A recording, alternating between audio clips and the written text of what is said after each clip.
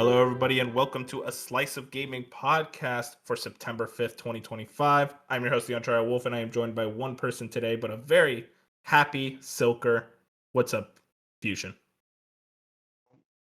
Yesterday was about the happiest I've ever been in my life. Not actually true, but it was a great day to finally have Silksong. September 4th happened, passed by, and everyone on my timeline was playing that game. It was a pretty joyous occasion for everyone involved. I was surprised at how many of my Steam friends were also playing it yesterday. I was like, because most of my Steam friends, I don't have many, but I'm like, Silksong not their type of thing they'd be playing, but to see my entire friends list is on Silksong just shows how much I think Silksong even transcends just the people who were interested in Hollow Knight. I think it was that thing where it's like everyone's talking about this game, almost like Balatro to a level last year after the Game Awards, where it's like the minute Balatro went out into the public and people were talking about it, it was like millions of players just ended up playing Balatro that would never play it ever in the first place. And it's like I feel like the same thing with Silksong. It's like even people who didn't even play Hollow Knight are like, I have to check this game out just because it's such a thing right now. Yeah, I didn't put it in the doc, but there was this thing about its concurrent players hit 530k players around 4 hours or so after it came out. And it's like, that's a pretty insane number. And that was on a Thursday. And I wonder if that number is going to rise as we get to the weekend. Yeah, I'm very curious if it rises. I would assume it would rise by the end of the weekend, but I'm also a little nervous that I think a lot of people are, we'll get into it later, but I think a lot of people are loading it up, realizing it is a very difficult game, and is immediately getting turned off and putting it down. So I'm worried about how many people are going to stay from yesterday into the weekend, and then all the new people joining the weekend. If those numbers stay up, then I think this could be 800k easily, but we'll see. How many times are you going to say skill issue, you think, over this weekend for people complaining about the difficulty? A lot, but it is really difficult. So, I understand why people are upset, but it's it's a pretty hard game so far. It was originally a DLC, and I think they kind of understood that. It's like FromSoft in their DLCs, where it's like, okay, this is for the really hardcore players, so just prepare to get your ass whooped. Yeah, there's definitely maybe some balancing things they could do, but they probably won't. Hey.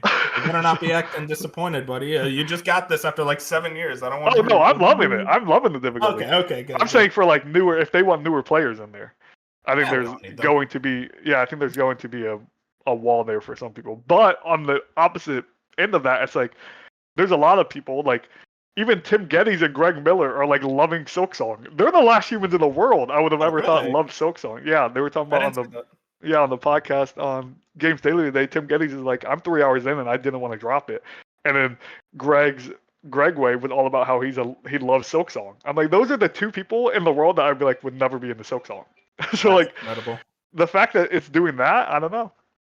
Yeah, no, I mean it says a lot about just hey, you make a good ass game, people are gonna want to play it even if it's outside of their wheelhouse. That happened with Elden Ring, where I saw a lot of people who were never into Souls games check it out, and they were like, no, wait, this is the one that hits for me. It's like, you make a good game, people will want to check it out regardless of what type of game they like. Yep. And I saw a lot of conversation about man, Silksong's such an ass. Team Cherry are fucked up for just dropping the date 2 weeks ahead of time. Polygon wrote in a whole article. It's don't they understand how difficult it is for a website to get these articles prepped for this game? And it's dude, they are in service of their customers first and foremost. They don't think about the websites. They don't think about the other indie games that are coming out. They're thinking about, well, our customers want to play this game as soon as possible, so we're going to say, hey, you get 2 weeks to get ready for it. And I think that's more than enough time to get your shit together and go, okay, we got to prep some articles, or we got to delay our game, yada yada yada. Yeah, I'm with you. It's that whole thing where people like Polygon or GameSpot or IGN, they always put the articles out where it's where to find this, or where to find these 10 collectible things. It's they can't do that right now because they are actually playing the game, so they have to do it while playing the game. So it's a lot harder on them, but it's who cares? That's not the devs, Team Cherry's that's not their job to make this game more accessible to you. They put it out for everyone to play at the same time.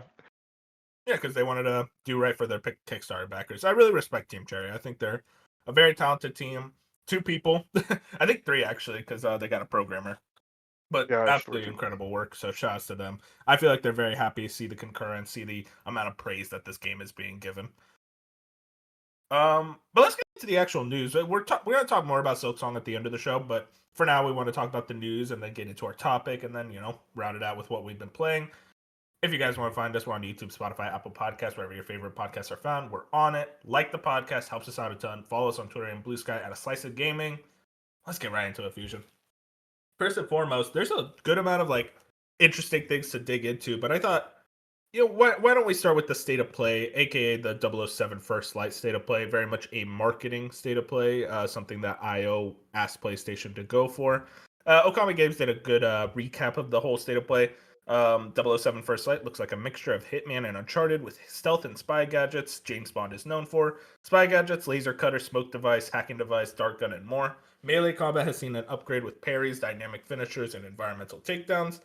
Gunplay seems to be a bigger focus with shootouts, large set pieces, explosions, fully automatic weapons, and more. You can throw your weapon at an enemy to stun them. Spycraft allows you to eavesdrop on conversations, pickpocket keycards, or investigate environmental details.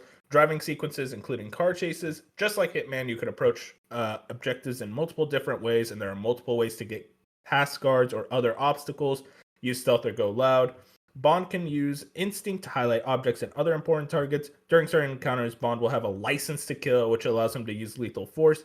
Gadgets can be used offensively in combat, releasing March 27th, 2026 on PS5, Xbox, PC, and Switch 2. I'm really curious about your thoughts, Fusion. I watched this live. I think you did as well. I haven't talked to you about this game yet, so I'm actually really curious. How are you feeling? I know you're a fan of both Hitman and Uncharted. Yeah, it was that thing where, to go back to when IO first revealed James Bond, I was so excited. I'm like, okay. Mm-hmm. The Hitman style, the stealth of IO, which is like one of my favorite stealth systems ever, into like a James Bond game, like match made in heaven. We got the trailer, I thought it was really good.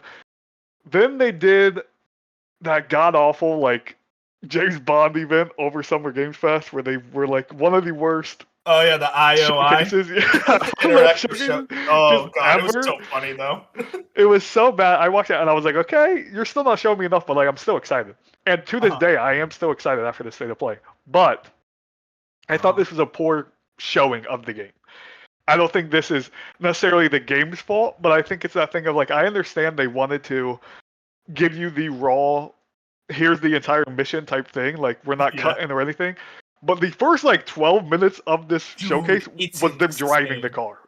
What the fuck was up with that? It was literally just driving the car. They're not even talking for half of it, and I'm sitting here couldn't you just cut? Because they later do a cut in the middle of the infiltration. It's you couldn't cut during the car. What the fuck? It's that entire car scene where it's for the game visually looked great, but the amount of motion blur, I was already throwing up, and I'm just watching a state of play. And obviously I'm more tech aware, so I pay attention to stuff that I shouldn't. But I saw a lot of pop in that first car thing where I'm looking out the trees and stuff. I'm those trees are popping in on this showcase already. I feel even the most technically illiterate person can at least notice how bad the frame rate and the motion blur was in certain scenes. It was it was getting ridiculous. It was really bad. But it was after the car stuff, finally they ended the car stuff, and then they show the more actual gameplay, and it is very Hitman stuff. And it's I love Hitman. I genuinely adore the Hitman games. I would say they're in my top 25 games of all time. I love the way Hitman plays from a gameplay perspective. So it's to see that them go into it, I wish they would have went deeper into it because they didn't give me a lot of that actual stealth, because then we go to, again, we cut from this stealth section into another car chase that lasts way too long. This car chase is about 8 minutes long and nothing happens. It's not a car chase at some point because they're just leisurely driving. Dude, it got to the point where I didn't even see what car they were chasing after. It's did they lose? What are they even going to? It's if this was me, you would have had a mission failed, the car got away. This car is too far out. But then it gets to the last 8 or so minutes of this gameplay was straight up, this is just Uncharted. We have the guns, we're shooting explosive barrels, everything's happening at once. There's about 100 enemies on your screen. There's a plane you're trying to take down. A lot is happening, and a lot of it looked really cool. And again, I am still super excited about this, but I just can't help by like they have like 6 months here to get all these tech issues figured out, and it's like Yes. I'm watching all of this and all this gunplay and stuff. I'm like, oh, this is cool. This looks fun. But this also looks like it's at 20 FPS and motion blur maxed 150%. Like it It, looks. it ma- it makes me wonder why they decided to do it now. Like, I wonder why you don't just fix up the tech issues and then do the state of play. I wonder if it was like, oh, we already scheduled the state of play for September. Yeah, it was probably some marketing agreement with PlayStation that they already had. That they're like, okay, well, and there was probably also the thing of like they want that date out before GTA and like multiple other things in 2026, where they're like, Mm-hmm. let's do this in September and give everyone 6 months to be aware that our James Bond game is coming. And it's like, I'm very happy we got a date. And again, I trust in IO so much that I think this game is going to be a banger. It's Oh, yeah. just I'm way less excited for a James Bond IO game than I thought I was going to be. It's like I said at the start of this, that seems like a dream type of scenario. It's like the things where you're like, well, Remedy should make a Doctor Strange game. It's like put IO with James Bond IP, and that sounds awesome. And it's like again, still excited, but I wish they showed me. I wish I was more impressed by what they've shown. It's like right now I've just been whelmed, and nothing has surpassed my expectations. Yeah, I feel what you're saying. This is one of those cases where I was more interested in the stuff they were showing in the second half with the gadgets and like the infiltration. One thing I really loved as a someone who runs charisma builds and RPGs was like if you like get caught, it's like I'm just part of the security and like you can kind of bluff. It's like that's really creative because I always hate when you get caught at a stealth game and then the whole place gets alerted immediately. It's like okay, well you gave me no chance to try to get out of that situation. I'm just screwed immediately as soon as I get seen. But then, you play something like this and it's like, oh, you got seen. It's like, okay, you can bluff out of it. You can try to like get a quick like stealth shot off, like small things like that. And I also really like how you're not allowed to kill anyone until, the big like license to kill comes up, which is usually when you get alerted. And I think that's a really fun way to balance it where hey, you're gonna try to want to be as stealthy as possible, and you can go guns blazing. They allow that, but if you want to go for the stealth kill, it looks like you can't just kill the dude. It's like no, you have to kind of like maneuver around them. You have to use this dart that makes them like throw up, which is very funny. It's very interesting from a stealth perspective, and I think the Uncharted stuff also looks great. But right there with you, that we gotta hone down these technical issues. We gotta calm down with these cars. Like just remove the driving. I don't think anyone watches a James Bond movie. It's like, oh, I can't wait till the car. That's gonna be the best part of the movie. It's like, no, they want to see James Bond be a hitman or just a secret service agent. Like that's cool as shit compared to driving a car. Yeah, it's that. It's like my only hope is my one wish for gameplay is that like I want, which they showed a little bit, but like I want to be able to approach every mission the same way I could in Hitman, where it's like I Yeah, get to decide what I want to do. Like I want it to be a sandbox still. I don't want it to be a thing where it is very much just like you only have one way to attack this mission, which I doubt they're gonna do, but it's like you have that thing where and I think it's going to be the balance of you have a mission where it's like, okay, you can go in stealth, do it this way, be charisma, do all that, guns blazing. But then they're going to have missions like we saw at the end of this where it's like, no, you just have to go guns blazing. Like these are our Uncharted moments, which I understand because this is a more linear narrative they're trying to tell. But it will be interesting if they get that balance of like the sandbox they're really good at making and then the linear stuff that they're going to be brand new at doing. 100%. But yeah, I'm excited for this game. March 27th seems like a pretty good release date. Obviously, the technical issues we'll have to see if they get resolved by the time this game comes out. Uh, yeah, is it? Did they say if it's Unreal Engine 5 or I think they have their own engine, right? Yeah, they do their own engine as far as I know. Okay, gotcha. So yeah, shout out to that. I'm excited. I'm gonna check that out for sure. And I think it's in a good spot where it's like not right next to GTA 6. It's like okay, it's gonna have that moment in the sun where people are gonna be talking about it. Yeah, it's the Glacier engine. I should have known that. Glacier. Oh, that's Yeah. pretty good. It kind of reminds me of Frostbite. Like a lot of cold themed engines. There is a lot of yeah. That is a good point. And the Frostbite like sucks now. Frostbite's like good for like FPS games, and then EA was like, let's do this for all our games. And the Yeah, developers were like, that's not what it's made for. It literally cannot run FIFA or Mass Effect Andromeda. That was like a big drama back then. Let's get into our next story. This is a bit of a sad one. Wario 64 brings this up. Bloomberg, Crystal Dynamics was close to moving Perfect Dark to Take-Two, but negotiations fell apart, resulting in fully abandoning the game and layoffs. Quote, the deal collapsed at least in part because the companies involved were unable to come into terms over long-term ownership of the Perfect Dark franchise. And that all came from a Bloomberg article from Jason Schreier, so you very much know it's 100% factually true. Very frustrating. This is one of those stories usually that I'm like, I kind of wish I didn't know this to think it was that close. I think Take Two is an interesting partner, but if there is one thing about Take Two is that they're patient. You know, they've been working with Ken Levine on Judas for like 13 years, coming up on now, and then they've also been what's it called GTA. Like each Rockstar game takes about like 5 to 8 years effectively, and they're fully willing to wait that time because they're like, oh, we get that live service revenue from like the 2K sports games and what's it called GTA 5. I think it's just unfortunate that it was so close to being able to make it, and the only reason was because of IP rights. And it was pretty clear that Microsoft did not want to give 2K Take Two the IP, and they'd rather just sit on it, which is fucking aggravating as hell. It's aggravating because it's like I fully believe we're never gonna get another Perfect Dark game. Like Yeah, no this chance. was like the thing. It's like this was the Perfect Dark game we were supposed to get. So it's like, why as Microsoft could they have not just given this to someone else who would have actually made a Perfect Dark game? Like I don't like they It's could have gotten insane. the money, had the Perfect Dark finished, and then like even if it's just a thing where it's like maybe in the future Microsoft could have like helped publish it or done something, just something where it's just like Microsoft could still be hands on in some way, but it's just the fact that they were like, we just would rather this game just die and this IP sit dormant than give it to someone else is just insane to me. Yeah, because like you said, it's like they're not doing anything with Perfect Dark. This was its one opportunity.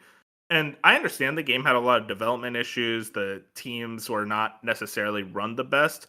But whose fault is that? It's Matt Booty and Microsoft Games or Xbox Game Studios, the guys who oversee that. And if Take Two was willing to come in and say, hey, we'll take over the project, we'll handle everything from here on, we'll fund them, all that. You do not need to have your hands on it. We just want the IP. You're going to say no? That's insane to me. And specifically, Christopher Drink brings up something else. The game needed another 80 to 90 million dollars spending on it. Take Two makes that in like a month. Like that would have been nothing for them, and they would have been. I think they fully would have let this game release. I'm not gonna sit here and try to say like Take Two is this messiah angel of a games company. Like they are just as ruthless. But it's pretty clear they had the idea, the vision, and the desire to buy and own the IP and release this game and maybe in the future do more with the Perfect Dark brand. But Microsoft was just so against the idea of anyone owning their IP. And I understand this is a big rule in business. You don't sell IP. IP is the lifeblood of your companies, of your studios. But in a situation like this, you're not doing anything with it anytime soon. Maybe in 30 years, when we're all dead, you'll go, hey guys, we're making another Perfect Dark game. But it's so far out that it's like, just get this money now. It's clear they were going to buy the IP from you. Yeah, it's and again a lot of it is probably legal talks behind the scenes that's over our heads, but it just feels like Mm-hmm. another one of those situations where it's like, man, it just feels like, and I'm not totally blaming Xbox, which I guess it really kind of is just all Xbox, but it's that thing of just like another thing of being in the another week of just another Xbox article or an Xbox related story where it's just like, how did we get to this point? Like, why is it 100%. always something where I'm just tired of hearing about it? Where it's like, I don't know. Well, I really wanted Perfect Dark to work out. I loved the vertical slice that was apparently fake that we got 2 years And ago, a then it year was ago. At this apparently point. real. Yeah, then it was real. Then it was Mentioned like, Bob got in a real argument about that yeah, one. it's like it is what it is at this point. It just sucks that like, hopefully, honestly, hopefully this is the last time we hear about Perfect Dark, like this version of Perfect Dark. Like I don't want to hear about how Yeah. this game could have been saved or blah blah blah. It's like it's in the past now. The studio doesn't exist. The people are out of a job. Let's not even talk about this game anymore. Yeah, I think it's just frustrating because it's like we're just gonna always hear these studios talk about like these games after, like, oh, you guys could have had something great, and it's like I'd rather not even hear that at a certain point. I'm like, okay, Yeah. it's gone, whatever, I accept it now. I'm not gonna sit here and try to act like I was the most excited for Perfect Dark, but I wanted to see it. I wanted to give it a chance, and I think that vertical slice was extremely impressive. And if it was like, hey, the whole game is going to be like this, hell yeah, I'm in there day one. But nope, it's just not meant to be. And I want these companies to be more willing to work with our IP. I think I look at something like Konami and how they're like, yeah, no, you can work on our IP. You get into these deals with I forget the studio's name, but the Silent Hill F developers, and it's like, yeah, make us a Silent Hill game. And they clearly, from all the previews, it seems like they're kicking ass with that. And then you look at Metal Gear Solid Delta, performance issues aside, Virtuos was able to make a very strong remake of a phenomenal game. I think we have to be, I think just these companies, I want them to be able to say, listen, we're not doing anything with these IPs. Let's just not give them out, but just license them in some way. Because it's clear there are so many people that want to work with these Xbox IP. Exactly. And it's not like they were asking for their Halo or their Gears of War or their Forza. They're asking for an IP that's been dormant for 25 years. like you're just sitting on it. It doesn't make sense to just let it die. Yeah, I don't know. Like maybe they re-release a Perfect Dark game and it's like, this is why we kept it, guys. All right, so don't get mad at us. But I don't know. It's aggravating, but hey, it's in the past now. So that's some happy news, Fusion. Happy for you and me. Tom Henderson over at Insider Gaming. Exclusive Insomniac Games Wolverine is likely to be at PlayStation's next State of Play. Insider Gaming sources have revealed that Insomniac Games Wolverine is ready to be shown off for the first time since the 2021 PlayStation Showcase, coming up 4 years on this now. According to sources who wish to remain anonymous, as they couldn't talk about company plans, PlayStation is currently planning its next State of Play event towards the end of September.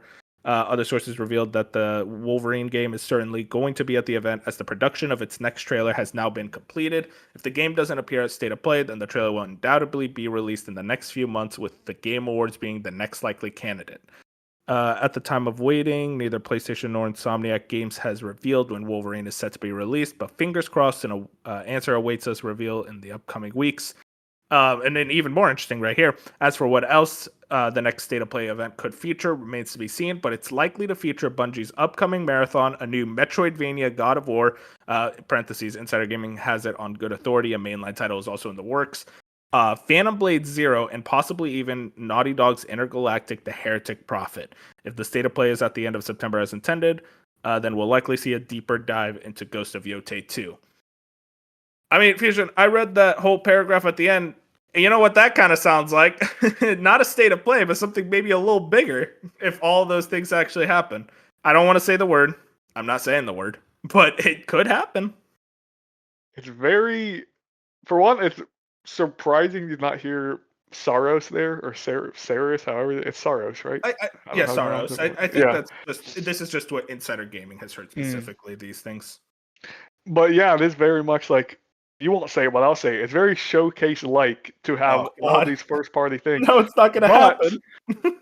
Well, it's not going to happen because they got rid of the name Showcase. I think we... Yeah, I agree with you. At least, yeah, I think we have talked on this podcast for probably the last year now, talking about how, like, I think PlayStation wanted to get rid of the difference between a State of Play and the Showcase marketing. So I think at this point, it could be called a State of Play and still have that level of Showcase. They're just not going to call it a Showcase anymore, because they got that whole thing of, it doesn't make sense to have these two different marketing things, and then people only will turn into the Showcase because they don't care about State of Play anymore. The minute last year in January, when they finally started to announce first-party stuff at the State of Play, that was the transitional period where PlayStation was now like, okay, we can actually use State of Plays for the first time in 6 years and show our own content, which is hilarious to think about. But it's like, we can reveal our own content at these State of Plays. Now I think of it exactly how I think of Nintendo Directs. Some Directs are smaller, some Directs are massive. They never change the name. It's not like, oh, here's our... Obviously, they have side stuff like the Partner Direct and the Indie Direct, but State of Play does the same thing with what we just saw, James Bond. That's a Partner Direct, technically. You know what I mean? So it's like, I think it's easier and just better for everyone if the State of Play, which I love the name. I know some people don't like the State of Play name. Dude, State of Play is an amazing name. I don't know how anyone could dislike it. It's like, I really like that name. So it's like just doing the Nintendo thing where it's like, if a State of Play is 40 minutes, this time around, we're expecting, okay, maybe this is a bigger thing. And then the next State of Play might be only 20 minutes. And then we're like, okay, this is a smaller thing. Just like with Nintendo, it's like, okay, you can almost go into it knowing the type of Direct you're going to get by the time of the year, by what games are still coming out. Like, this is what PlayStation is doing now. I'm fully on the train of, a lot of these things could show up this Of month. course, It's like, yeah. and it's like that's exciting to me that we're getting to the point where state of plays are to this level of like, okay, I fully expect that we could actually see a Wolverine trailer out of state of play. 2 years ago, no chance. But it's like, again, after all of last year and then what we've got of this year, it's like all of this is truthfully possible. Now I hate the whole like, I wouldn't be annoyed. Actually, I'd be annoyed, but like, obviously, I wouldn't be mad if they were like, if they did call it a showcase. But I'd be like, what are you doing? Like, so Yeah, like, exactly. you're confusing us again, PlayStation. But it's like, I don't. It's the only game there I fully don't believe is like Intergalactic. I think that's just like they're throwing something Yeah, at the that's too wall to far just off. add it to the article. But it's like everything else totally makes sense. Yeah, we look at I mean, to go off your Nintendo Direct comparison, there's 3 directs a year. There's 3 state of plays a year. So it's like that's a pretty strong comparison to show. It's like I want PlayStation to view state of play as effectively the Nintendo Direct. It's like, hey, you know when to catch us. We're gonna have one in the early part of the year, like the very start. We're gonna have one around summer, and then we're gonna have one in September, just like Nintendo does. And it's like I think that's an extremely strong marketing cycle. You see us 3 times a year for our big boy reveals and releases, and then like little stuff interstitial throughout the year past that. So yeah, I'm with you that I think I would much rather just like let's do state of plays instead of showcases. I almost think it's like I'm tired of showcase rumors so much to the point that I'm like I want PlayStation to just come out and say, "Hey, we're done with showcase. We're not doing showcases outside of like console reveals. We want to make sure that from now on all of our information is condensed into these state of plays." I think that would be really wise, but also PlayStation doesn't really talk, so I wouldn't really expect that anytime soon. And I as mean, for everything in this article, I do very much believe that I very much believe Marathon is going to get something. Metroidvania God of War, we've been waiting for a reveal of that. Got pushed to 2026, so that's very, very likely. Phantom Blade Zero seems like time. I'm right with you on all of those except Intergalactic. two things. I think I'm right there with you where it's like I'm tired of people, especially Jeff Grubb. I'm not like just hating on Jeff Grubb, but it's the thing of like anytime he talks about the PlayStation show, he's like, "Well, I heard it could be a showcase this time." Like, I mean, you say it every time. I think that's honestly PlayStation though. It's just they always go into these. It's like it could be a showcase, and it's like that's why I'm like, just PlayStation, just get rid of it. We're done with showcase. And I think it's that thing for them where it's like the showcase happened because the PS5. It's like the future of games Yeah. showcase or whatever. Like, and then they had another and another. They had those three. And I think at some point, PlayStation's goal was probably let's do a showcase a year or a showcase every other year. And then they were like, wait, we only have like 18 studios, and they're taking a while to make games. And they're like, They're okay, making live service games. We gotta do something else, yeah. guys. They're like, wait, this actually can't work. I'm fully convinced that PlayStation did love an idea of the whole like maybe 2 state of plays a year, then 1 showcase, or 3 state of plays 1 year, a showcase the Yeah. next year. Like I'm fully like they probably had that idea, but then it was quickly like, oh yeah, games take really long to make. We have not many studios. We also just canceled half of them, so it's like Yeah. we have no way to make a showcase. We can't call something a showcase because one play like you can't. The problem with the showcase is you can't call something a showcase and the first party not be there. Multiple first party. It's like if you have one first party game, that's not a showcase. It's like you need a minimum 3. It's like PlayStation had not been in the spot where they can show 3+ games. Now they can. Yeah. Now they could get away with calling it that. But again, they should be smart. Call it state of play. I would say another pushback. What deep dive would we have left on Ghost of Yotei? Like we're the game's gonna be out. Like it had its deep dive. I know, that's what I'm thinking. I had this state of play less than like a month ago. If anything, I expect this to be here, but it has to be the launch trailer. Like the state of play is gonna be a week before the game comes out. The reviews, like review copies are in hands. There's no way they're deep diving this game one more time. The next time we see this game will be a launch trailer. So it's like, I think that's a little weird in the article that they say a deep dive into Ghost of Yotei. It's like, this state of play is going to come out and a week later the game's going to be there. Like they're not deep dive in it. I'll admit, Fusion, I was talking this with Jet the last week, but it's like I have not really been feeling my personal excitement for Ghost of Yotei, which is very funny considering like Ghost of Tsushima is like one of my all-time favorites. But like I always thought about this as like if I replayed Ghost of Tsushima, I'd probably like it substantially less. Because like I played that game before I played Sekiro, before I played Elden Ring, before I got like kind of tired of like generic open worlds. It's like, man, I'd probably like kind of be down on that game. So I'm wondering if they do a launch trailer, it's like this is the one that'll really get people excited. I doubt it. Launch trailers don't do that; they just spoil, and that's why nobody watches them. I don't know. Maybe they do something for Ghost of Yotei. They already announced that controller and console. Maybe they say like, hey, maybe they outline Legends a bit more and say like, kind of give it a release date, like, oh, it's coming out in January. It's hard to really predict, honestly. You know, that first part is good to hear because you and Binch and a few other people in Discord have always gave me a lot of crap for me saying like Ghost of Tsushima is not as good as you guys believe it to be. And I love that game. Yeah. I genuinely love like it teeters the top 25, top 30 area for me just as a game I love. I don't think it's like the quality, like I don't think it's the highest quality, but it's that thing of like you guys used to always give me shit for being like, no, I think it's like an 8 out of 10. Like it's a great game, but it does a lot of things wrong. So that's good to hear. But for me personally, it was after Silksong my most anticipated game for the rest of the year. Like I am still really excited for it. I just think my excitement is more muted because for one, Silksong took a lot of it.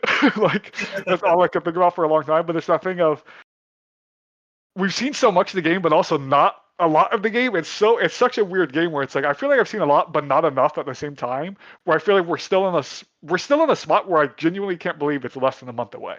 Like it does not feel like it's a month away to me. And it's like it's insane to me that yesterday we got news that reviewers now have the game. That's a month. Just out of nowhere. An entire month they have this game, and the embargo is an entire week beforehand. Which, when PlayStation does that with their games, that's usually a very, very good sign that they're confident. So it's like, I don't think there's any way this game's bad. I don't think but there is a world where this isn't like a masterpiece 2 steps above Ghost of Tsushima, and it's like that's going to be disappointing for some people. But for me, if you just give me Tsushima 2.0 with a few like quality of life features, I still think that's a really fun game, and it would be high on my personal game of the year list at the end of the year. Man, you gotta play Sekiro, man. I just thought about that. You never played Sekiro. I did not. Dude, that's like Because someone saw it on the Discord. It was that big. I literally played Sekiro after Ghost of Tsushima, and I was like, man, Ghost of Tsushima got the best sword combat ever. And then I played Sekiro. I'm like, I'm such an idiot for thinking that. Like, what am I doing? But that's the thing, the difference. I'm sure Sekiro does have better gameplay, because it's FromSoft for sure. But like, I like Ghost gameplay a lot. But my thing about Tsushima that makes me love it so much is I think that story is so good.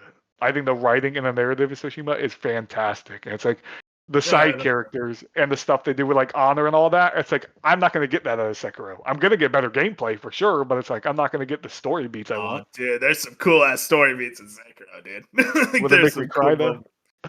I cried of hype. I was like, God damn, tears of joy. Tears of hype, not even joy, just hype. Like, oh my god, they did it again. I should probably play that game at some point, but it's so far down my backlog, and like I don't think about it often, which I know you don't want to hear, but I don't know why. It's just one of those games that it's just like I know I should play it one day, but it's never at the front end of my mind. Yeah, you got to play Life is Strange first. Okay, don't hate. Okay, you were hating. I gotta hate. All right. But to get back into this whole state of play, though, what's interesting? About Wolverine. Yeah, Wolverine. Oh my god, we didn't even talk about Wolverine. I real quick, I want to shout out the interesting thing here. Insider Gaming, a mainline title for God of War is in the works. Yeah, Sky is Blue. Like, yeah, of course they're fucking making another one. So that's a very funny like line. Like, guys, they're making another one. Like, okay, sure. I am a little. I don't want to say disappointed, but a little like, man, they are really sticking to God of War. Like I want Sony Santa Monica to make a new IP so badly because I'm like I love God of War, but after Ragnarok, I'm like I'm fine if you put this series on ice for a little bit. Like I'm kind of tired of God of War. I mean, we have the Corey's game. It's just where is it? It's like, yeah, I don't know. That is coming, and it's like that's a thing where we don't see this in the article at all. Like not even a hint at that. So like, where's that game? Who knows? Yeah. Exactly. Wolverine, I don't know. Though, we should. Yeah, I want to talk about Wolverine. I'll say I want this to be the trailer that sells me on Wolverine, where it's like, oh, I'm so glad Insomniac Games is doing Wolverine because I've been kind of a hater of Insomniac basically just being on the Marvel train the last like decade. It feels like, well, not last decade, but like they've been making a lot of Marvel games, and we saw the leak. They're gonna continue making a lot of Marvel games. Now those plans have most likely changed because we know Venom is most likely just not a video game anymore, which thank God I did not need a Venom video game. But I just want this game to I want to look at this game and go, okay, that's why Insomniac's doing Wolverine. Because I think Insomniac Spider-Man, it's like, oh yeah, that makes sense. They're so good at movement, they're so good at gameplay and combat. Spider-Man is perfect for that. I don't know if I get that same feeling with Wolverine. I want it to be gritty. I want it to be bloody. As someone who does not like the character of Wolverine, I can at least say it's like the whole point of him is that he is very bloody, very gory, very aggressive. I really hope they do that. I hope they don't skimp out on the gore, but it's hard to predict. Right now, I'm very cautiously optimistic. I think Insomniac's going to hit it out of the park, though. They haven't given me reason to really not trust them. Yeah, you said it perfectly. This is like the trailer where I want to be sold on Wolverine, which I actually love Wolverine. Like as a character, I think Wolverine's awesome. Like Oh, respect. Logan is my favorite superhero movie of all time. Um, You're saying that because the critics said that. Okay, that's not your no, personal opinion. I think most of the critics would probably do one of the Batmans because they just love jerking off Batman. But Okay, whoa. Okay. Get back to your point. I'm sorry.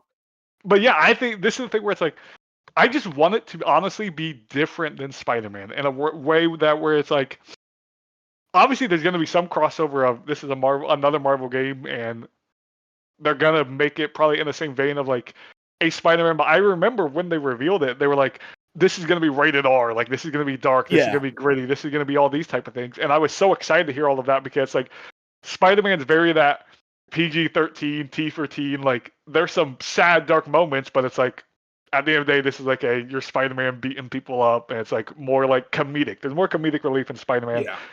than Wolverine. So it's like I want this Wolverine game to be dark and gritty, and like I remember also at the time they were like a Last of Us type vibe to it, where it's like just this Last of Us atmosphere of like the world sucks type stuff. And it's like I think they could do that really well. It's just like does Insomniac have the writing chops to pull that off? It's like none of their games are like that. As far like Yeah, they're at very least recently, happy-go-lucky. yeah, you know what I mean. They're very much Ratchet and Clank, Spider-Man. It's like these games are very much like comedic relief, B tier probably writing. It's like the stories are always fun and fine, but it's not like I'm not going to a Wolverine game with a fun and fine story. Like I want this to actually hit me and be deep and all of that stuff. It's like from a gameplay perspective, I think they're gonna nail it because Spider-Man's gameplay is so good and Insomniac Yeah. gameplay across all their games is fantastic. And it's like there's just so many questions about like, okay, how's traversal going to be as you Wolverine and you're not Spider-Man? And it's like, is it going to be more linear? Is it going to be open world? They have so many questions that we need to answer that it's like, this is the exact time where we need to see it. 100% agree with you. I hope we see it, and I hope I'm like, oh my god, I'm an idiot. This game looks awesome. But we're gonna see it most likely at the state of play. The way the article words it, it's also very possible that it's gonna be at TGA. I could see either or. I'm really hoping when it shows it impresses, and I hope it's sooner rather than later. I hope it's like you've been quiet for so long, you might as well just reveal it when it's ready and say, "Hey guys, it's coming out in February. It's coming out in April. It's coming out in June." But I don't know. It's just hard to predict release dates nowadays in our industry. It's probably just gonna say a big fat 2026. I was gonna say I'm gonna guess this is 2026. My bold prediction and why we're sitting here September 5th, 2025 is most of these games, including Wolverine, do actually show at this state of play this year. And then at the Game Awards, PlayStation reveals Corey's game. And it's gonna be that thing of I like hope so. last year it was Naughty Dog and Intergalactic. This year it's gonna be Corey's game in Santa Monica. And it's gonna be that thing where it's like now we're finally looking at that PlayStation roadmap and we're like, okay, they gotta got the stuff. Like Yeah, the it could be stuff is second sitting half is here. cooking. Yeah, and this is gonna look really cool. That's my prediction. Is like I do fully believe all this stuff can be revealed / re-revealed in the last 3 months of this year. Yeah, I mean, it's not like we're being unrealistic with our hopes and desires for these games. Like, this is all like God of War Metroidvania. That's been leaked so long ago. Or not long ago, but like we knew that there was a God of War 2D game in some way being revealed. Which I'm really excited for that. I've been kind of in that Metroidvania mood, with Hollow Knight. So I'm down And for whatever that is. Shinobi over on Twitter, famous insider leaker over there, who doesn't leak much, but when he does, he's always right.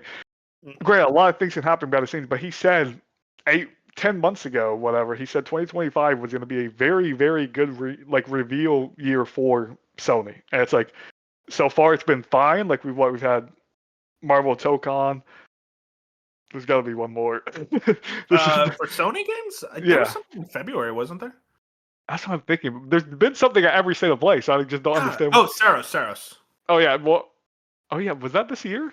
Yeah, that was revealed in Oh, that February. was this year. Yeah, you're right. So it's like, yeah, they had Oh, Saros and they have Tokon. So it's like that's already a good year. But like the way Shinobi was hyping it up again 10 months ago, when a billion things exchanged behind the scenes, it makes me believe that's why I am pretty adamant. Like a lot of this stuff can truthfully get revealed at the end of this year. hopefully, I'm excited. I want more PlayStation stuff to be excited for because I feel like they've been doing good, but I want to see them do great because especially, I mean, we're going to talk about later, like their live service initiative has been so off the rockers, but it seems to be on a close. We're going to close the book on that tale hopefully soon. Next up, Warrior 64. This is an Insider Gaming article that he kind of summarized from Tom Henderson. Rayman Remake, codenamed Steambot, tentatively targeting late 2026 release date. Project said to be going, quote, incredibly well. Ubisoft has already made preliminary plans to develop Rayman 4, but depends on Rayman Remake's success. Now, I'm a massive Rayman fan. I love this motherfucker. It's one of the first games I ever played was Rayman on DS. I am a huge fan. I am not excited. I am very much will wait and see. I'll believe it when I see it. I am in this spot right now where I just don't really trust Ubisoft for anything. And especially I don't trust them with Rayman. And I'm kind of in this mind of I don't want to be excited. I don't want to hype this up because I want to see it first. I want to know it's like, okay, Ubisoft is clearly putting a lot of faith into this. And specifically the part that like gets me like, a Rayman 4, wow, that's exciting. Depends on Rayman Remake success. It's like we're not getting Rayman 4 because their expectations are never in line with what actually comes out. So I don't know. Maybe I'm being a little pessimistic towards this, but I think the Rayman Remake's very exciting. This is Ubisoft Milan and Montpellier, which Milan does the Mario and Rabbids games, and Montpellier does the Rayman games. They're doing Beyond Good and Evil 2 whenever that fucking comes out. And they also did Prince of Persia: The Lost Crown. Very talented teams, by far my favorite Ubisoft teams. Hoping for the best of my guy Rayman. Yeah, I'm gonna start where like don't love Rayman. Like I've You played. don't know him like I do. Well, that's true. I've only played Origins and Legends, so like I Wait, only you have played those two. Legends? What the fuck? Yeah. That's the best one. We argued about it on this podcast over 2 years ago. Wow, Didn't dude, argue, that's but so like long. I said it was just good, and you're like, "This is one of the greatest 2D platformers all time," and I was Is like, that "It's what fine." you think I sound like? Is that what you think I sound like? Okay. But like, no, we talked about it on the podcast. Like, I played Origins way back in the day, and then I played Legends in 2023, I think, like early 2023. It was one. Oh yeah, Like, now I remember. yeah, it was like I thought it was good. Just nothing great. I think it has some like my favorite stuff in that game is the music levels, and it's like Oh there's yeah, just not enough of them. So it's like I think you got really mad because I said I preferred Sackboy. That was Oh yeah, you know what? I'm yeah, getting mad again. That's yeah. fucked up. That game sucks. Okay. But Sorry, continue. yeah, it's the thing of like I would love this from Ubisoft because again, this is one of those franchises that Ubisoft has that they're just sitting on, and it's like Ubisoft has to be more than Assassin's Creed. So it's like I am so down for them to go into this and put Rayman out a remake, and then like be good enough for a Rayman 4. But I'm with you where it's like I don't think this remake's gonna be successful. Like Nope, not at all. I don't think it is at At all. I least think not what they want. I think yes. it's like, wow, look at the sales. It's like it sold 1 million in a week. It's like that's really good for a game like this. Ubisoft's like, well, we were expecting 10 million. It's like, Yeah, what? and even then, it's like I just don't think there's enough people nowadays who even know who Rayman is that would be there. Like I wish there was, but it's like we've went 13 years between Rayman games or whatever. It's like it's not like kids growing up now know who Rayman is. It's not like Rayman's in Fortnite and none of these things. So it's like I just don't Yet. believe. Yeah. But it's like that thing where it's like I don't believe this would sell well. But it's like for people like me and you who love platformers, it's like I would be totally down for a remake of the Rayman games and like go in there and play them and like have fun. But it's like I don't expect to ever be for Rayman to ever be successful enough where it's like we can start making new mainline games again. Let me ask you, do you know what Rayman looks like? Or like Like the first games? oh no, not in the first game, no. So the first Oh game here, really? I'll DM you. Okay. Rayman 1 looks like this. So why is Origins even called Origins? Origins is like it was their reboot. It was Okay. under the UB art thing. Yeah, that's Rayman 1. Okay. What And then other stuff is this? this is funny. So this is let me get a good screenshot. Okay, here we go. This is Rayman 2. Sending right now. There you go. Was it a 3D platformer? Yeah. So Rayman Wow. 1 was a 2D platformer, and then Rayman 2 is a 3D platformer, and Rayman 3 is also a 3D platformer. So they don't specify in the article whether this is a Rayman 1 or a 2 remake. My assumption, the way it's worded, it's probably Rayman 1. Because Rayman 2, I don't know if you've seen, has gotten ported like 1,000 times. It's had multiple remakes and re-releases. So my assumption is probably a Rayman 1 remake. I'm curious what that is because Rayman 1 still looks pretty good. I would have expected more of a port for that game, but maybe they want to do it in like the UB art style to make it look like Rayman Legends, which I would be really down for. And also, Rayman 1 kind of sucks. So maybe if they remake it and make it a good game, that's extremely exciting. I'd much rather that than Rayman 2 because Rayman 2 is my favorite. I love that game, but it's also like it's gotten re-released so many times. I want to see Rayman 1 get some work done to it. Would you? It would be hard because obviously the first Rayman's 2D and the next two games are 3D. But like, I wonder if they could do a thing where it's like they put out like how Crash has the trilogy or Spyro has the trilogy, where it's like they remake the first three games. It's like That'd be cool. Like a collection. like a collection, like a remake collection. I feel like that would be the best. If you want Rayman to fully come back, that's how you do it. I don't think just remaking the first game is gonna move the needle. There is this idea. I forget what franchises have done this, but like, System Shock is recent, where they kind of did like a full remake of System Shock 1, and then did kind of basically like a basic remaster for System Shock 2. I could see something like that where it's like, hey, we're doing like a full on like UB art remake of Rayman 1, and that's like we're basically gonna upscale Rayman 2 and 3. I think that could also work. If they really wanted it to sell, they would do full remakes for 2 and 3, but that's gonna be a lot harder because they are 3D games, and that's gonna take a lot of time and resources, and it's gonna need to sell a lot more. And as we've seen, Rayman is not a franchise that sells a lot. Yeah, I hope this happens. I hope this comes out and it's a banger and it sells well and I get my Rayman 4. But it's just so hard to be. It's so hard to have faith in the Ubisoft franchises that aren't under that Tencent subsidiary. Assassin's Creed, Far Cry, and Rainbow or Tom Clancy. Because it's like, okay, what do you really think of these franchises that aren't under that label that you're kind of like hoping takes off? yeah, it's like, and they have so many racing things. It's like Rayman has a spot in their lineup to be something. So it's like just go with it. But again, I don't know. There's so many like, and we're just in a day and age where there's so much competition in the platforming space that it's like Rayman would have a very steep climb. He really would. I also, in the Insider Gaming article from Tom Henderson, he brings up Ubisoft's current projects that are scheduled to release in the 26-27 timeline. It's next mainline Ghost Recon, next mainline Assassin's Creed, the Splinter Cell remake, a new mainline Far Cry, a Far Cry extraction-based shooter, and then in quotations, I have a feeling this might get canceled. Yeah, that's just not. Yeah, most likely. The Prince of Persia remake, an Animal Crossing-esque type game, a World War II extraction-based shooter, and then Beyond Good and Evil 2. And then also he's noted that Project Obsidian, the Black Flag remake, and the Assassin's Creed multiplayer games, their release dates are up in the air, but they were supposed to come out this year. Interesting. Yeah, that was another one, the Black Flag remake that I wanted on my fantasy critic team. I'm like, well, it's just not coming out no more this year, so it's not happening. That Animal Crossing-esque type game, I'm so curious about that. It's like, what does Ubisoft have that competes with Animal Crossing? But maybe they're trying to make something that's like, oh, it's a multi-platform Animal Crossing game, and the people who play Animal Crossing are always willing to try different types of games like it. So I don't know, but Ubisoft's in a very, very weird, precarious position. I'm wanting to know how they get out of it. I want to see them make great games again because they have great IPs, Rayman being one of them. So hopefully this Rayman remake does well for them. Let's get into our next story. This is a short one. Valve trademarks Steam Frame, Wario 64 again, intended to cover the categories of computer game consoles for recreational game playing, video game consoles, video game accessories, namely controllers for video games, one for computer hardware as well.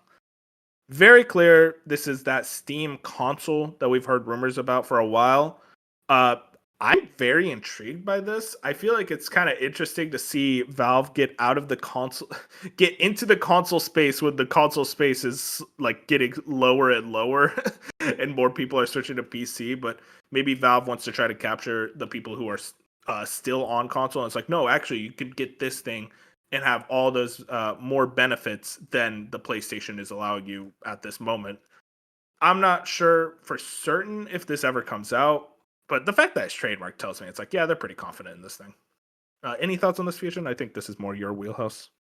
Yeah, it's just that thing where like you said, we've been hearing about the Steam machine, aka Steam console, for like a few years now. Like it's been pretty like it's almost this just probably solidifies that a Steam machine is coming. Like that's definitely a thing that like Steam is doing. I think it was that thing of once they put out the Steam Deck and they showed how many people love the Steam Deck and how many people would be interested in a Steam like home console experience.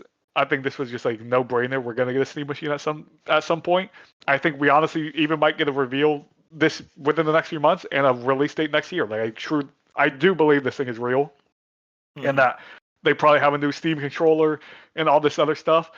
I just think Valve is really cool as a company, and for the most part, Oh they do yeah. a lot of things right. Like they don't really miss, and they do a lot of things right by their customers. And like, so I'm excited to see any type of hardware they put out. Like I wish this was like more Steam Deck 2 news, which I'm sure some of this could be related to a Steam Deck 2 down the line, but it's like I'm more interested in that. But it's still like a Steam machine where people can have a PC console just in their home with a console experience. It's like I think that could be really good and like especially in today's gaming society where it's like it seems like more kids nowadays want a PC over the console experience.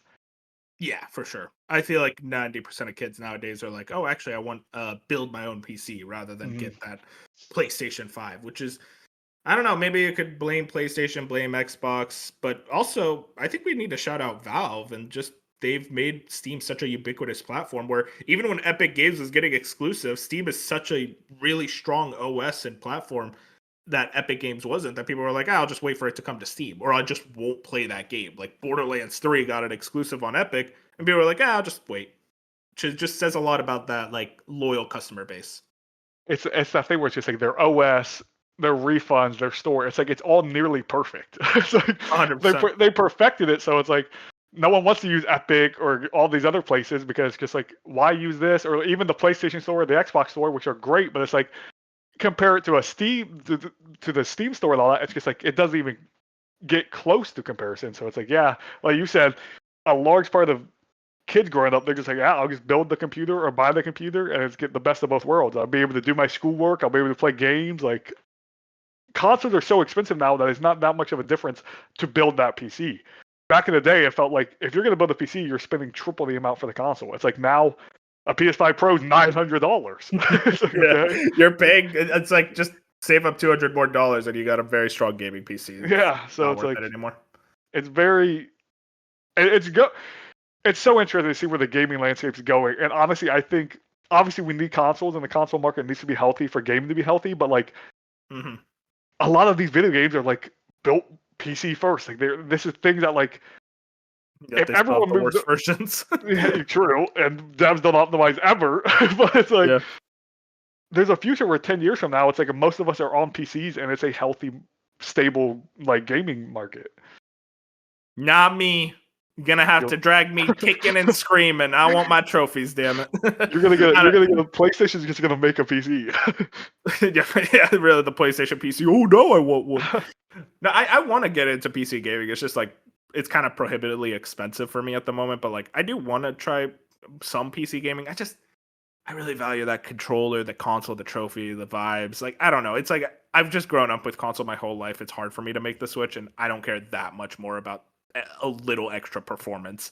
Mostly, I want a PC to play the indie games that are only on PC, and I'm like, fucking just port. Like I get annoyed by that crap, but if I had a PC, it's like sweet. Now I can play Stardew Valley at 60 FPS. So about our last story here, Fusion. This is a short one. Daniel Japau, don't know how to pronounce it. Game director at Haven Studios, Fairgames, left the studio and joined WB Games Montreal in August 2025. Yeah, Fairgames is canceled. I'm just gonna say that right now. I'll be expecting the announcement sometime imminently, but yeah, I fully believe Fairgames is just not going to come out because it's very rare that the game director for your game leaves the studio and then you get maybe like a new director and the game comes out all right. Maybe that's going to be what happens to Wolverine because that game had game directors shift. I do believe that's probably what's going to happen. And, there's like rare examples like Dark Souls 2 where that worked out after game director shakeups, but it's very, very rare that the game directors change and then the game comes out all okay. It's hard because like I'm still in the spot where like if this game was canceled, we would have known by now. Like there would have been a Schreier article, Insider Gaming, something. We haven't even had an inkling about this game being canceled, and that's it's gonna the get part canceled soon. I think that's more so what I'm saying. Yeah, fair. It's just like, what was that thing like? Probably about 3 weeks ago, where that one dude, I forget his name, but he's never been right about anything in the industry. He's like a video game industry guy. Oh, he was like, God, what was his name? I don't remember. I don't know his name, but he's like, yeah, I got it. Like, Fairgames is canceled, and then like, it was Schreier or someone? I don't know if it was Schreier, but someone else was like, no, this isn't true. And then he like a day later was like, I was just speculating. So it's like the fact that even a few weeks ago, someone that I forget it was Tom or someone in the industry was like, I haven't heard about Tom. This. I know this guy. Hang on. But yeah, no, you're right. That's like he was like just speculating, but like if you actually listen to him, it didn't sound like that. It very much sounded like he was saying that. So he's a doofus. I forget what his fucking name is though. Some Matrix, something. Michael Pachter. Oh, okay. Yeah, Michael Pachter. He's a fucking bum. Yes. He literally just he's an analyst who's always wrong. Always. He's saying something the opposite is going to happen. So it's like the fact that he said it was canceled, and then like someone else in the industry was like, "No, it isn't," and then he was like, "Oh yeah, I was just speculating." Ball type thing where it's like, granted, yes, this game is more likely to get canceled than not. I fully believe that, but it's like the thing of, it's been so long, and so many directors have like we're having directors leave and studio heads leave and all this. It feels like it would have got canceled 6 months ago. But the fact that it hasn't, it feels like Sony is somehow holding on to dear life, especially with the whole Herman Holst interview like 3 weeks ago where he's talking about like we're gonna cancel games earlier now, like we're not letting games go, we don't want Concords. So like if they don't want another Concord situation, I feel like they would have canceled this by now because now we're getting to the point where this game has to come out and launch. So it's like this game's either going to be the Concord route, and then Herman was like, well, we had one more Concord when I did this interview, I just couldn't bring it up. Or it's like, no, this game's going to come out and it's going to be okay. I don't know. I really don't know. But it's the thing where I fully understand why, like, yeah, like people like you and like I know Greg Miller has been saying it's going to be canceled for like 3 years now. Like I've never heard him say a positive thing about this game. But it's like, what's there positive to say? That's the thing. No, I'm not saying, I'm not blaming him, but it's just like the thing. It's like, this game is very much like, how is it not canceled yet type thing. But for me, it's the thing of the fact that it hasn't been canceled yet. I'm just going to believe it's coming out. No, I get that. It's just one of those things where it's like impossible to predict for the things happening over at PlayStation when it comes to like what they decide to release and what they decide to not. They canceled the Last of Us live service game. The Last of Us Factions game they canceled because of Bungie and there's not enough long-term growth that they somehow didn't realize until 4 years into making it. They canceled that, but they probably won't cancel Fairgames, or they didn't cancel Concord. I just don't understand this live service push from Sony at this point. Helldivers was a success, but when it's like the one success out of like 11 failures, it starts to ask like, was this ever a good idea? Because these failures are not like short, like, it came out and people played it, but it's fizzled out pretty quickly. No, they're like massive, like industry-wide. Everyone notices how much of a failure this is. You want to hear my conspiracy theory? That's definitely going to be wrong, but we'll see. My theory is we know this game, when it was coming out, was going to be a PvP, like a 3v3 PvP, whatever. PvE. Yeah, I think after the success of Helldivers 2, I think it's a thing of they went back to the drawing board, and this is a fully PvE heist game. I think they're going fully in on the PvE. Oh, wow. They're taking PvP out of it completely, and they're going to try to chase the Helldivers type success of, hey, just get with your buddies. We're going to have events. We're going to do all this stuff. This is going to be a PvE game. And I think that is the smart play, which is why I don't think it's actually going to happen. But that's my theory, is they scrapped PvP completely, and they went the Helldivers route with it, which is what they should do, but that's wishful thinking. Wishful thinking for sure. let's get into reviews of the week. There were two big ones. There would have been three, but one of them decided not to send review codes smartly.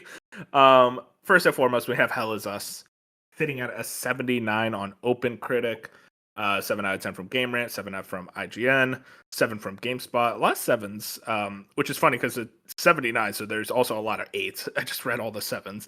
But seems like right now people are like pretty high on it, but like there's some issues regarding technical and then like kind of gameplay wise that people aren't into. I think this game looks fucking awesome. I watched all the trailers, some gameplay videos of people playing it, watched the reviews, and I am so in for this game. It looks very weird. It looks very dystopian, very creepy, very sad. But also it looks like it's going to be a pretty fine combat system, which I'm fine with relatively with this because it looks like they really want to hamper it, or they really want to focus in on the exploration aspect of this game and go, hey, you should go out, you should explore, you should see more of the world, figure out all the secrets. There's no map, there's no guides, no anything like that. And I think that's just really fun to like, just as an attempt. It's like, I'm glad that we're getting more games like this, of this AA spirit that's like, hey, we're not trying to go for mass market appeal. We're making a game that we think is really cool, and we hope you think it's cool. I want more of that in the industry, and I'm so excited to check this out. Yeah, Oh no, I'm here's the very no, spy. no. I am interested in Hell Is Us as like the exploration, the way they're explaining like the very FromSoft type style stuff. It's like, and the story stuff seems interesting, but like every time I see the combat, it's just like, am I gonna like this? Like, am I gonna mesh with this combat? I don't know.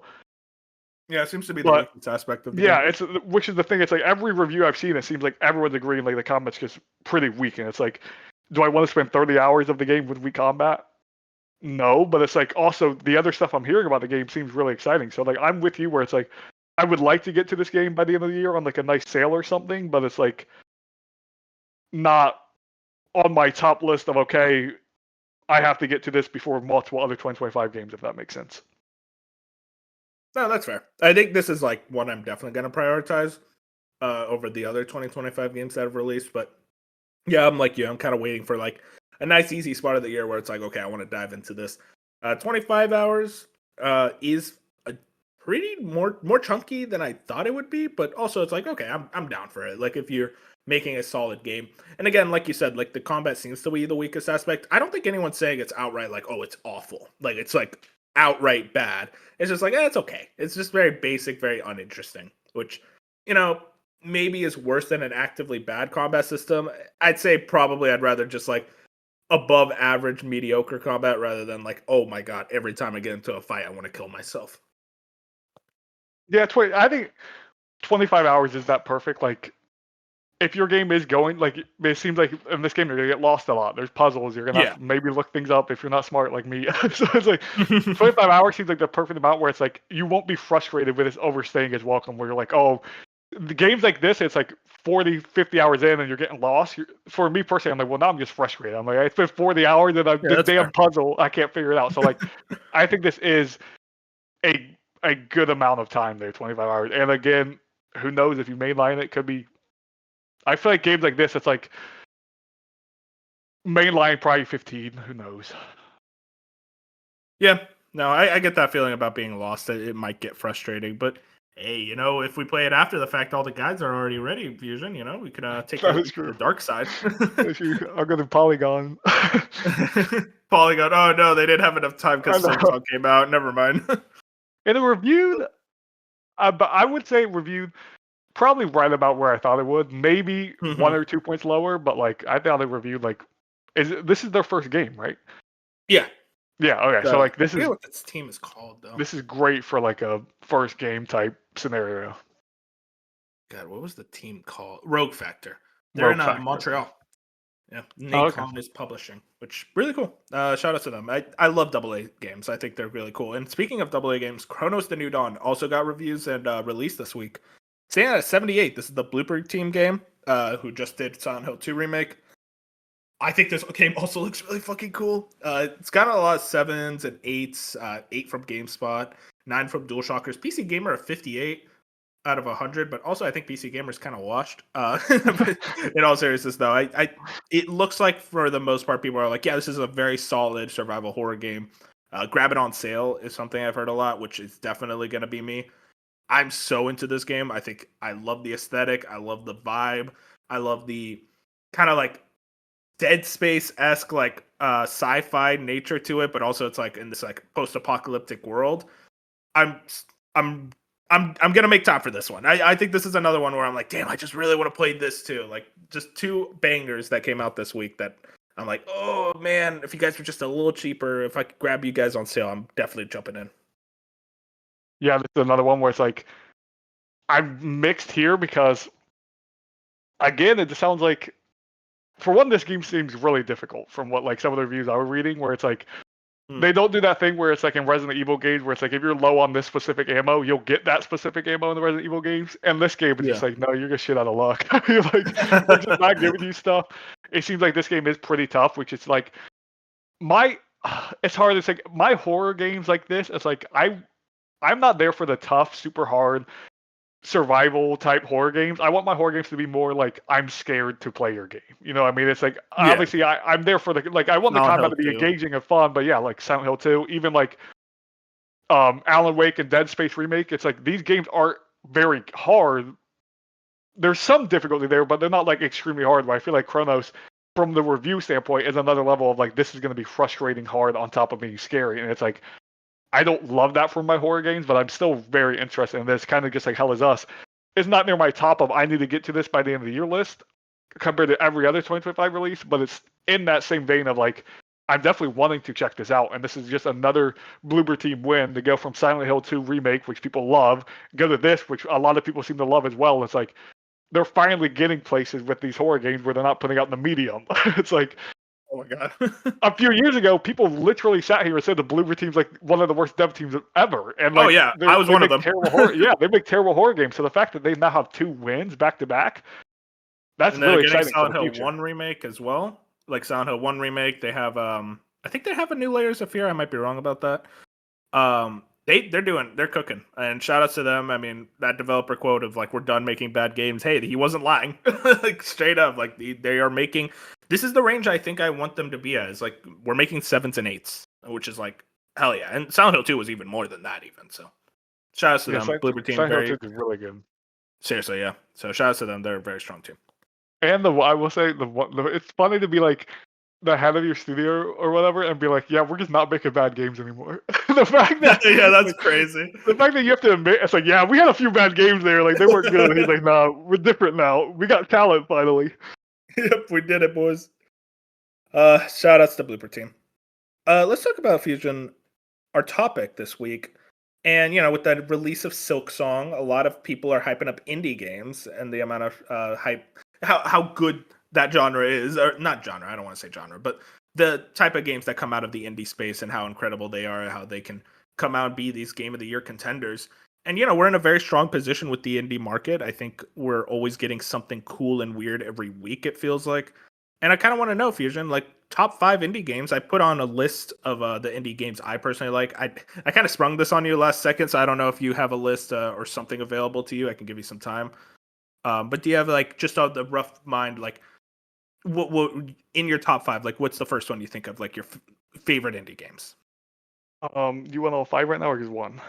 Just one, and then we could go back and forth. Hades, hell yeah. That's number 1 for you?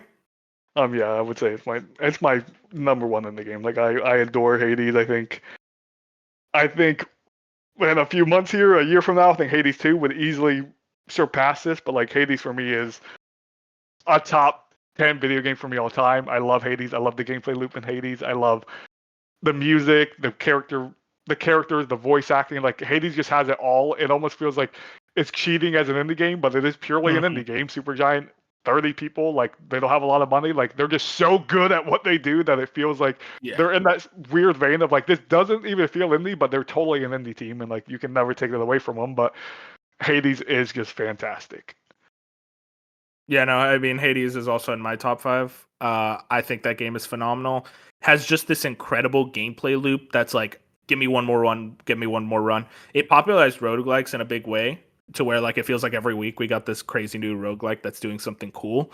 And I really attribute a lot of that to Hades. And like roguelikes have existed before Hades, obviously. Like there was Rogue Legacy, which is a very solid game, but Hades I think is the one that kind of figured it out. It's like, no, actually you can make a roguelike and tell a compelling narrative, which granted I'm not the one to tell you about the narrative, but a lot of people really care about that narrative, those characters. The character design is phenomenal. Supergiant's always been good at that.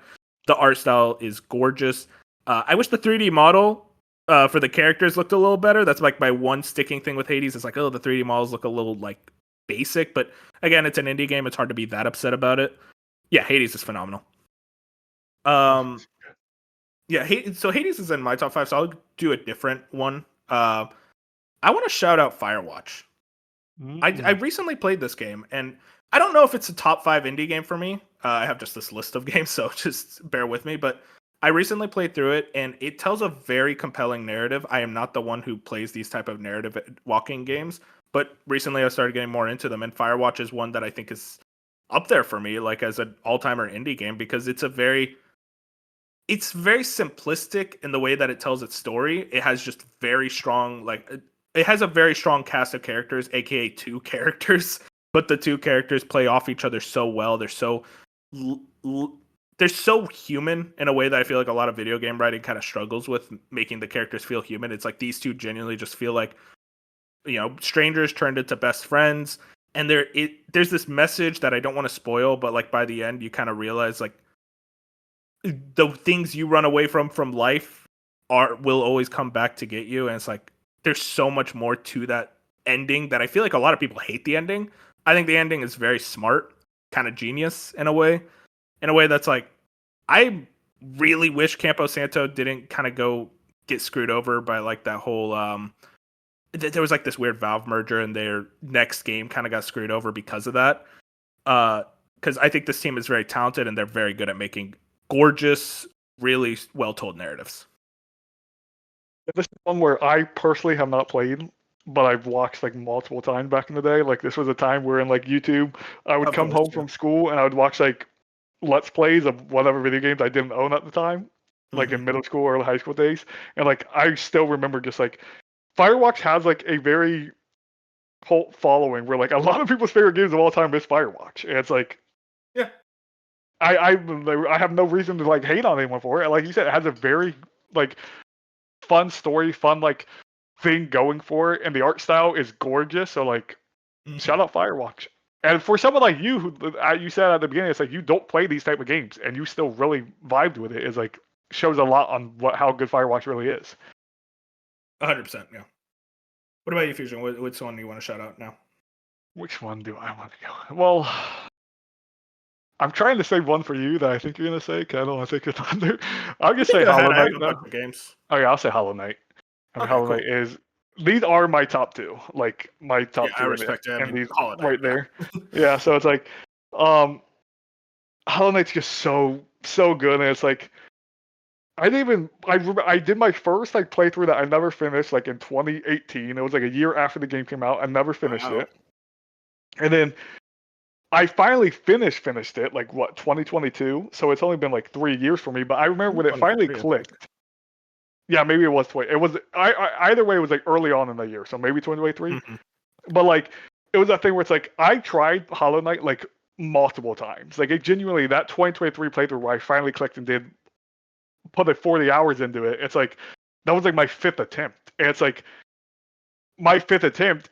It finally clicked. I was like, this game is super special. It's like it did everything. Yeah. It did everything I wanted from a game, to the fact that like Silksong quickly, not even just a meme, became like my most anticipated game for years. Like I was like, I want Silksong so bad because of this little indie game from Team Cherry. It's like from the art style to the music, which I think is one of my favorite OSTs of all time, to just like the platforming, which I adore, which the combat, which is simple but so fun, not perfect but fun. It's like Hollow Knight just genuinely has it all.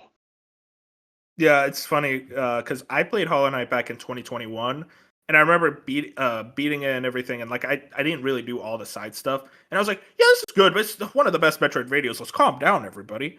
I've been replaying it in anticipation for Silksong. It's like I just want to like kind of refresh myself, and I am so glad I did, because now I'm like, yeah, this is one of the best Metroidvanias of all time. It's just so articulately designed from beginning to end.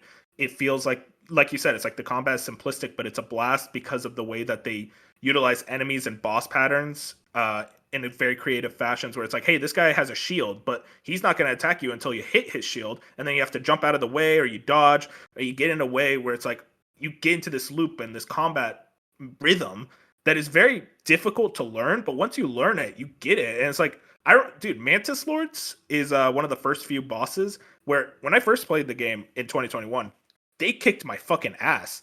But years later, after I've played through a lot more games and I've gotten a lot better at them, I beat them on my second try. And it's like, what happened was I got patient and I was learning to just wait for the patterns, get ready for what I need to watch out for. And what I found is like, no, this is why the combat works, because it rewards patience, it rewards reading enemy patterns in a way that is so reminiscent of FromSoft games. And people always get mad when you say like, don't call Hollow Knight a Souls-like, but it has so many aspects where it is that like non-linear storytelling. It has that very like quiet soundtrack undertone until you get to a boss where it starts getting loud, and it has the whole run back from the bonfire, aka the bench, to the boss. It has so many of those elements and inspirations that I'm like, yeah, no, this is clearly, even if you don't want to call it Souls, like I get that, this is clearly inspired by what FromSoft was doing at this time. And I think they absolutely excel in a way that I think other Souls likes don't. It's like, no, the ambience is what makes Souls like so special. It's what makes Dark Souls still so much fun to replay. Is I love the ambience, I love the world. And I think Hollow Knight's up there where it's like, damn, they figured this out in a big way. That they figured this out in 2017 that these motherfuckers who made Lords of the Fallen couldn't figure out in 2023. I just love dunking on that game. I'm sorry. But it's just phenomenal game. I'm so glad I'm replaying it. I'm gonna try to do everything I can. Maybe go for the platinum. We'll see. But phenomenal video game. It's funny you say, because one of the Steam tags for this game is Souls-like. I'll never get why people are so like. There's a large part of the community that's like, don't call it Souls-like. It is very Souls-like, and that's okay. Mm-hmm. You know what I mean? It's like people get mad when you say Souls-like for anything. It's like, guys, I'm sorry. It's like Dark Souls was influential. I'm just saying, and there are definitely plenty of games where totally aren't Souls-like. They're just a hard action game, and people call them Souls-like, and that's annoying. But no, Hollow Knight is very much. Yes, it is not totally Souls, and it's like Metroidvania first, but it's like Metroidvania 2D platformer first, but it's like there's very much things there where it's like they obviously took inspiration from Dark Souls, and that's awesome. You know what I mean? That makes it so special. That makes the game as special as it is. If they didn't have those features, it wouldn't be as good of a game. So it's like I'll never understand why there's a large part of the community. I literally just saw a tweet from Gene Park like a few days ago, earlier this week, where he literally just put Souls in one of his tweets about Hollow Knight, which he also just recently played, and he finally admits it's a masterpiece, blah, blah, blah, all this other stuff. He put a good article and a review out yesterday about it. Article. But he literally put like just the word Souls in one of his tweets about Hollow Knight. Every other tweet was just like, it's not a Souls-like, bro, not a Souls-like, it isn't a Souls game. And he's like, dude, all I did was put the word Souls in the tweet. And it's like, so there is a large part of the community that is definitely like, and I get it, they probably are tired of hearing it, but like, at the end of the day, there is some inspiration there. I'm not saying Team Cherry was like, yes, we're totally making a Souls game, but they obviously took some inspiration from a very influential video game. Yeah, and one more shout out, this art style. My God, Hollow Knight is one of the most gorgeous, beautiful games I've ever played. Dude, it's so good. It's like that thing where it's like you can genuinely just sit at any moment with the music playing and just stare at like art. You're just like, this looks awesome. Another game that has one of my favorite art styles of all time is Cuphead. I fucking love this game so much. It does this 1930s rubber hose style of animation that is just non-existent nowadays because it's required hand drawn. And I recently just watched a video about how it's like, hey, they basically had to hand draw every single frame, and then they went into this one woman who inked every frame, and then they had to actually get them in the game itself in this insane process that led to the game getting delayed multiple times. It was it was the original Silksong in a way where it just kept getting shown and kept getting delayed. But when it finally came out, everyone was like, this is phenomenal, because it's not just a very incredibly looking game. It's not just style over substance. No, the substance is good too. It's an amazing run and gun platformer, or a run and gun shooter with like, it's mostly a boss rush, but then you have your run and gun levels, but you're mostly there for the boss fights, and the boss fights are amazing. They're so well detailed, so gorgeous, and then the actual mechanics of the fights are very difficult. It's a very punishing game, but it never feels unfair because you can dodge everything. You can get a perfect score without really thinking about it too hard. It's just all about patience and understanding these patterns. It's so reminiscent of like the NES era of hardcore difficult games, but those games cheated. This game doesn't cheat. It's just really fucking hard, but it rewards you for being skillful and being willing to play by its rules with some of the most gorgeous animation where I wanted to beat the boss fights not for my own personal game, but I just wanted to see what the next one looked like. And the DLC, Delicious Last Course, is also phenomenal, has some amazing looking boss fights there too. Cuphead is a fucking masterpiece. It's one of my all-time favorite games, and I think it is a perfect example of, it is the perfect example of like what indie games can do, because no AAA company would fund this. No AAA company would tell Naughty Dog to make something like this. It's like, no, Studio MDHR is a team of like, it was like, I think brothers that said, hey, we're going to mortgage our house. Fuck it. We're going to make sure this game comes out. It's passion, it's love, and you could see that in every individual frame of this game.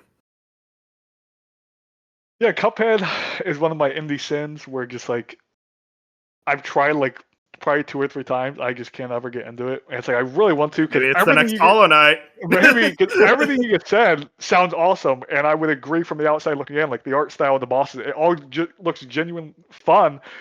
I guess maybe my thing is like I've always felt like, Gray, you said it wasn't, but like from the few tries I've had and from just watching it, it does sometimes feel like there is BS difficulty. Where I'm like, dude, this just looks like difficult boss just to be difficult. Like everything happening on the screen, all this There's stuff. only It's like 2 bosses I'd say are outright like unfair. Yeah, and it's like those aren't my favorite type of games, and it's one of those things where it's like I don't know if I know Cuphead has a really good like co-op experience, and it's like it's a good co-op. It's unironically easier in single player. I was gonna say I don't know if it's a thing where it's like maybe I'd have more fun if like I played with my brother, we couch co-op it or whatever. Like maybe it is one of those type of games where it's like, but yeah, Cuphead's just one of those for me, those indie sins where it's like I haven't fully given it its try it probably deserves. No, I respect that. It's not for everyone, but again, it's like that's what's cool about video games. Is like some video games just aren't for everyone, and those are some of the best games of all time to me. What's your next game, Fusion? Let me look. Okay, I'm just gonna get it out because I think this is your number one. Maybe it's not your number one. I'm gonna say Inside. Oh, Inside is so damn good. It's so good. It's so good. And I was late to the yeah. Inside train. This was also a 2023 thing for me. 2023 was like my biggest year of like in recent memory. I beat like 50 games that year. I did hard work on my backlog, so like a lot of these games came from that year. But like Inside, I played Limbo and Inside like a month apart, or maybe a few weeks apart. And I just remember like Inside is the perfect game where you just sit there for one night. One night you just commit to like 3 to 4 hours of playing just this somehow so emotional like story narrative and these puzzles and everything. Words. It's just like no words. The environmental storytelling is just so perfect. It's like I just like if you have not played Inside and you're listening to this, please go play Inside. It's just like it genuinely would take you one night. You just sit there, put headphones in, and just enjoy the experience. It's like as close as you'll get to like when people are like, this game's like a movie or something like this is to that extent, except the puzzles are good. Yeah, I was gonna say the puzzles are so fun. Like you might have a few moments there where like it might be a little frustrating for a few minutes where you're like, I actually don't know what to do, but I promise the game does such a good job at like if you just look for a few extra seconds, you're gonna figure it out. And there's this one point in this game later on that I'm not gonna spoil, but you know what I'm talking about. But it's so iconic and it is so good that it's just like I cannot believe they put this in that game there. Where the point like there's YouTube essays over this one entire level. It's just like it is so good. Inside is so good. There's like Inside to me is one of those few games I would actually just outright call magical, where I'm like, I don't know why I feel so strongly about this game. It's the impeccable sound design. It's that I genuinely think people don't understand how important sound design is in a game. And then you get to that level in Inside where it's like that giant booming, like boom sound. You know what I'm talking about. Yeah. And it's like, holy shit, this is making me feel like emotions that not even horror games can feel. And it's not even saying a word. There's no dialogue. There's no aspect of like storytelling that's immediate, but it's the way that it builds its world. It shows you everything that's going on instead of telling. I think you nailed it all on the head. Everything that makes Inside so special. It's like there are aspects of that game I still think about to this day, and I played it years ago. And it's like I don't understand how a team like Playdead isn't considered one of the GOATs, despite only making 2 games and working on that 3rd game for a long time that we still are waiting. But like, I don't understand how like every time there's like a Playdead spin-off, it's like, oh, this guy was the producer on Inside. This guy worked at Playdead, and it's like it never hits the same way. That happened with Cocoon. It happened with Somerville, and it's like, you guys kind of get it, but you're not there all the way. And I just think it's like they had such an incredible core talent with Inside that led to it being one of the all-time greats. And I really like Limbo. Limbo's awesome, but it's kind of almost a proof of concept, whereas Inside is like their real passion and absolute magic. I love that game so much.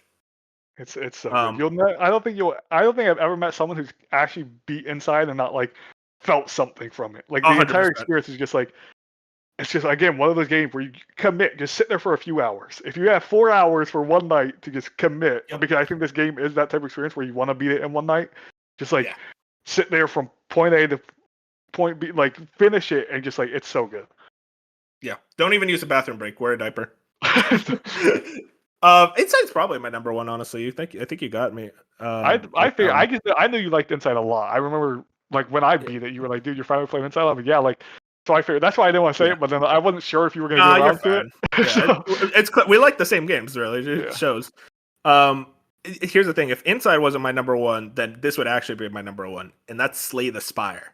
This is one of the most addicting games I've ever played, and in my eyes, has probably the best gameplay loop of all time. Like right up there with like a Sekiro and a Metal Gear Solid 5, where I like playing it so much that I could pretty much just play it for an entire day and never get tired of it.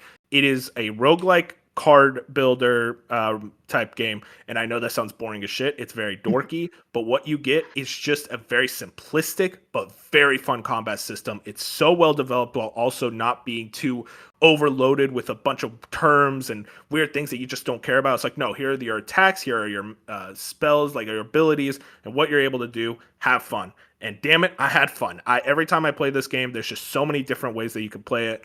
You have these 4 different characters. You have different levels of builds that you can craft. And what's so fun is actually build crafting, where you start the game and you're like, okay, I'll work with what I got. And then by like the 10th, 11th run, you're like, okay, there's like 4 different builds I could go for. I'm going to work with the cards to try to get myself to that build. And each build is just as fun to run as the last, where sometimes you're getting builds where you're doing like 700 damage per hit. Well, maybe not 700 damage, but like 50 damage per hit on each turn. And then some builds you're running and it's like, oh, I'm slowly poisoning the enemy, but they can't hit me because I'm always blocking. Very simplistic, but very complex. And those are some of my favorite turn-based combat systems. I absolutely adore Slay the Spire. It is, to me, just like the perfect gameplay loop. Yeah, I have not nearly as much hours as you in Slay the Spire, obviously, but like I've put a good amount of time in Slay the Spire. I've had a successful run. Like I like Slay the Spire, but like the loop for some reason never hit as hard as it has for like a lot of people. Like sounds like you, where it's like I know this loop can be very special. I don't know if it is the card mechanics that like kind of slightly turn me off. Where I'm like I'm not fully into how luck based some of these runs have to be, but like at the end of the day, I understand like how good Slay the Spire is, how well designed Slay the Spire is, and like I know you can't wait for the second one. Like I know you were stoked for Slay the Spire 2, and like I know that announcement last year was like super special for a lot of people. Yeah, I think it requires like multiple runs to really get it. Because like I think I remember beating my first run. I'm like, okay, that was pretty good, and then I just decided to keep playing. I'm like, wait, actually, this is something else entirely. Like this is so much more than I thought it was initially. Yeah, I mean, I suck at the game. Like, you don't suck at it. I don't know. It's just sometimes I get in a run and I'm like, why didn't I do that? I'm so dumb. What's your next game, Fusion? Okay, I think I'm gonna go. So what I've said, Hollow Knight. You said Hollow Knight, Inside, Hades, and Hades. Inside. I'm down to 3, and it's like which one do I want to be the odd man out? You can shout out. I'll shout the other one at the end of it as honorable mention. I'm gonna go. I feel like I'm picking like the GOAT of the indie games, but like they are very good for a reason. I'm doing Celeste. I know we're gonna disagree here. This is where we're gonna disagree on the list. Fine. Do your thing. But to me, I haven't played all the 2D platformers in the world, and as someone who's now played 4 recent Mario 2D platformers, I still think Celeste is the best 2D platformer of all time that I've played. I'm not saying it is. I'm saying of what I've played, it is. But the thing that I don't like, Celeste gameplay, awesome, 2D platformer, cool. The thing I always think about Celeste for is the emotional storytelling, the narrative is telling. On the surface, sure, it might not seem a lot, but like if you understand the character of Madeline and what she's going through, and all these other characters and what they portray, and the emotions they portray, and anxiety, and all this other stuff, there is so much at the core of this game that just feels like a love letter to humanity to me. That it's like they do such a good job at telling the story of the human emotions, and getting to the top of the mountain is the entire point of like overcoming so many of your emotions as a human being and going through it and learning to grow and learning to love yourself and all this other stuff. Celeste, that's why I like Celeste. Yeah, the gameplay is fun, and sometimes I load it up just to try levels because I think the precise platforming is fantastic and nearly perfect. But like the story and all of that is what, like, the art design, the art style of Celeste is fantastic. It's like those things are what makes me love Celeste as much as I love Celeste. Could have done me a favor and made that the odd man out. I I like Celeste. I think it's a good game. I do think a lot of the praise for it is slightly overblown. Not even slightly. I think it is overblown. I'm trying to be nice. I do get why people like the game. I wasn't really into the story at all. I thought it was very fine. I think that the gameplay is solid, but my issue with Celeste really comes down to I think it utilizes frustration based gameplay where it is like, oh, it's okay to die multiple times, just keep dying, it's fine. And that type of gameplay is very just uninteresting where I get to a screen and I'm like, okay, I die like 1,000 times and I eventually figure it out, but it's okay because I tried my best. And it's like, no, this is just kind of boring. Like, it's not fun to just die 1,000 times. And I know I'm saying that as a Souls-like guy. Hear me. You gotta actually hear me out with this one. It's not fun to just die 1,000 times, and then by the 1,001 time, I'm like, I didn't really grow any better. I just did it better. I slightly outperformed my last few runs through that screen, and then I don't feel like my skill increased. I just feel like it's like, okay, I got through that screen now, and it's like on to the next one. It never felt like engaging in that way. It's a solid game. I think it's very solid, but I just don't view it as like this all-timer great, especially compared to other 2D platformers where I think as a space, there are substantially better ones, looking at all the Mario games, the Donkey Kong Country games, and even in the indie space, I vastly prefer games like Shovel Knight over it. It I say all this. I do think it's a good game. I respect people liking it. And to end on a positive note, the one thing I will never say anything bad about Celeste is the OST. The OST is fucking incredible. It's one of the all-time best chiptune OSTs. That is a good point. I didn't even bring up the music, but that music is, like you said, incredible. It is fantastic. Talk about my next one. I gotta shout out another roguelike, Dead Cells. I fucking love this game. I said that about each game. I fucking love this game. Can you? Well, I mean, there are top fives. Yeah, I mean, exactly. We did them all. Like most of these games would be in my top 25 games of all time. Exactly. Yeah, Dead Cells. I mean, to me, it's like it's another one where it's like I vastly go higher on games that have an incredible loop. That's like I just like playing it over and over again. And I think Dead Cells is a perfect example of that. I just think like the platforming is very solid. The combat is a blast. It is very gorgeous. It's one of the most beautiful games ever made. And it's just fun to like find new weapons, try to create a build that will hopefully get you to the end. And is a very difficult game, but it's a game that very much rewards you for sticking with it, trying to get better, trying to understand what the game is asking for you. I think it's a blast. It's a game that I can't really speak deeply on. It's just like, yeah, it's really, really fun to play. And especially the Return to Castlevania DLC was phenomenal as a love letter to the Castlevania franchise, one of my favorite franchises. So shout outs to Dead Cells. I'm really excited for whatever that team makes next. I think their next game is a furry game, which I just have to deal with, but hopefully it's good. This is my turn to be negative about one of yours. Okay. I like Dead Cells. I like Dead Cells. I mean, maybe even love. Negative on Cuphead, by the way. So don't no, even. I never played really Cuphead. That was my thing. To me, Dead Cells, again, I like it. I like Dead Cells. I don't think Dead Cells ever reaches. I think it's hard for me to compare because they're both roguelikes, but like it has never reached the I want to keep doing a run like Hades did for me. Where like again, different games, but like Hades, I can literally do run after run after run after run. I think my problem with Dead Cells is I don't think the boss designs are very good. I think when you get to the bosses of each area, I'm never wowed by any of the boss designs, any of the boss patterns, any of the bosses in general. I think the combat getting to the boss is fun, like fighting all the grunts and doing all that stuff. And sometimes those levels are genuinely harder than the boss, but it's like I would get to those bosses, which the base game only has like 4.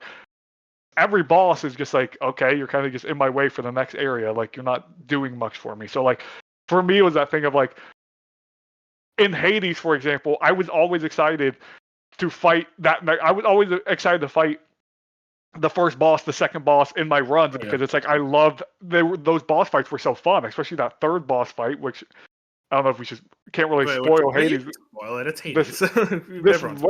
But it's the duo boss fight when you're fighting 2 people at once. Oh my god, that one drove me insane. But it's so fun when you're like 30 runs deep and you're now learning the patterns and all that. I never got that with Dead Cells. It's like that was always the thing for me with Dead Cells.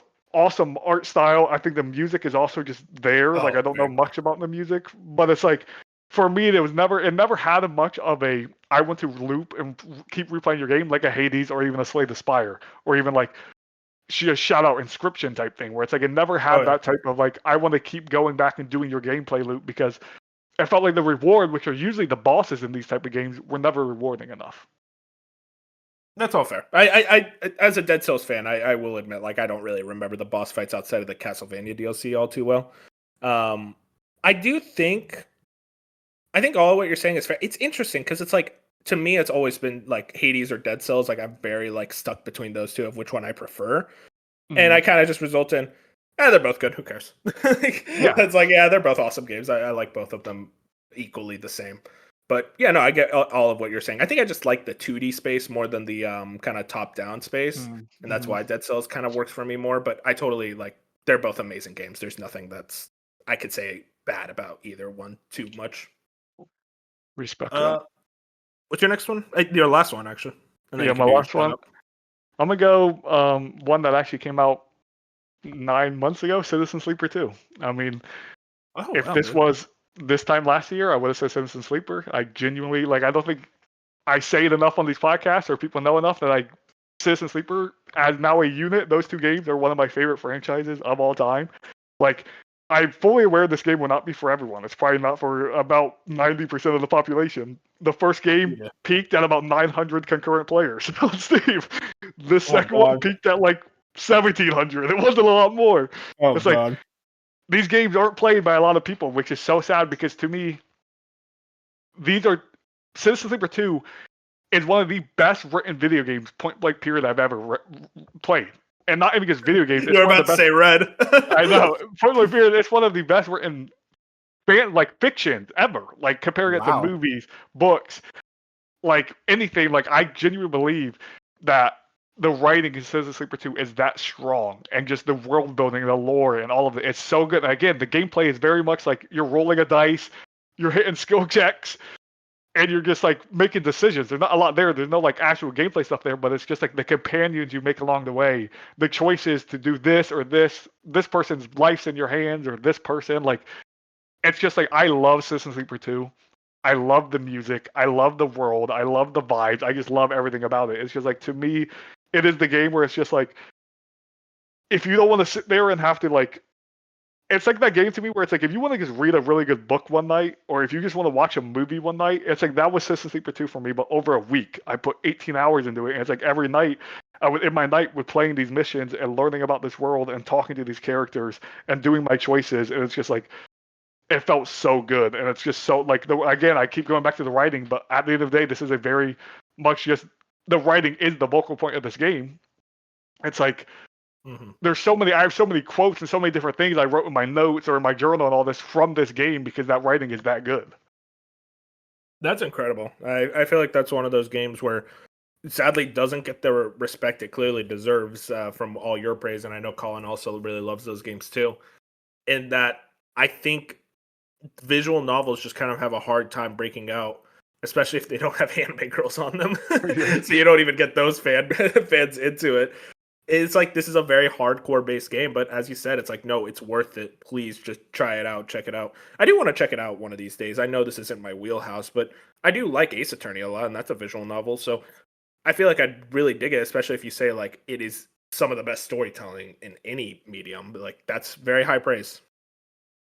It's awesome. I would love for like especially after like Firewatch and you kind of branching out now. I think you would really enjoy it. I would say like maybe start with Citizen Sleeper 1, like just start with Well, that. yeah, See, duh. obviously vibe there, like see that. Like I know there's a few people in the Discord, Bop, Moon, like there's a few people who have were in the Citizen Sleeper 1 and they've enjoyed it, but then there's a few people that like I think Moon tried Citizen Sleeper 2 and he like fell asleep within 30 minutes. So like again, it is very much like you're either into it or you're out of it. But like I think if you do get into it, it's going to be a very special experience. Don't let them treat your game like that, Fusion. You gotta shout them out. It don't matter to uh, me really. yeah, really. Um, my last one. I just want to do real quick my shout outs. Journey recently played. Beautiful game. One of the most Great beautiful one. games of all time. Like it's just good to look at that game. It's so It's good. it's genuinely something special, especially when you meet your little guys that you never say a word to. It's like God, so good. I also want to shout out Hotline Miami. Really fun top-down shooter, very arcadey. Not too much substance. The story is fucking stupid and makes no sense, but it's really fun to just do some runs of that game. And I vastly prefer the first one over the second. Vampire Survivors, crack cocaine. Don't play it. It's actually bad for you. Power Wash Simulator, just one of the best podcast games ever made. It's so nice to just clean up these really dirty ass places while listening to a podcast or watching a video, watching some TV in the background. Just a great vibes based game, but nothing like substantial like to it really. Excited for the sequel later this year apparently. Balatro, another crack cocaine game, just a ton of fun, really cool gameplay loop there. And Stanley Parable, which is an incredibly funny game, one of the funniest games I've ever played, and says a lot about player choice and freedom in a very interesting package. And the Ultra Deluxe version adds a lot of cool stuff to it with amazing bits and gags. It's one of those games that like works because it's a video game, which I'll always love. But my last indie game, probably not my number one indie game, but one of my favorites is Undertale. Obvious pick is obvious, but this is one of the coolest games I've ever played. Did all three routes. I really, really dig the characters. The characters are hilarious. They're fun.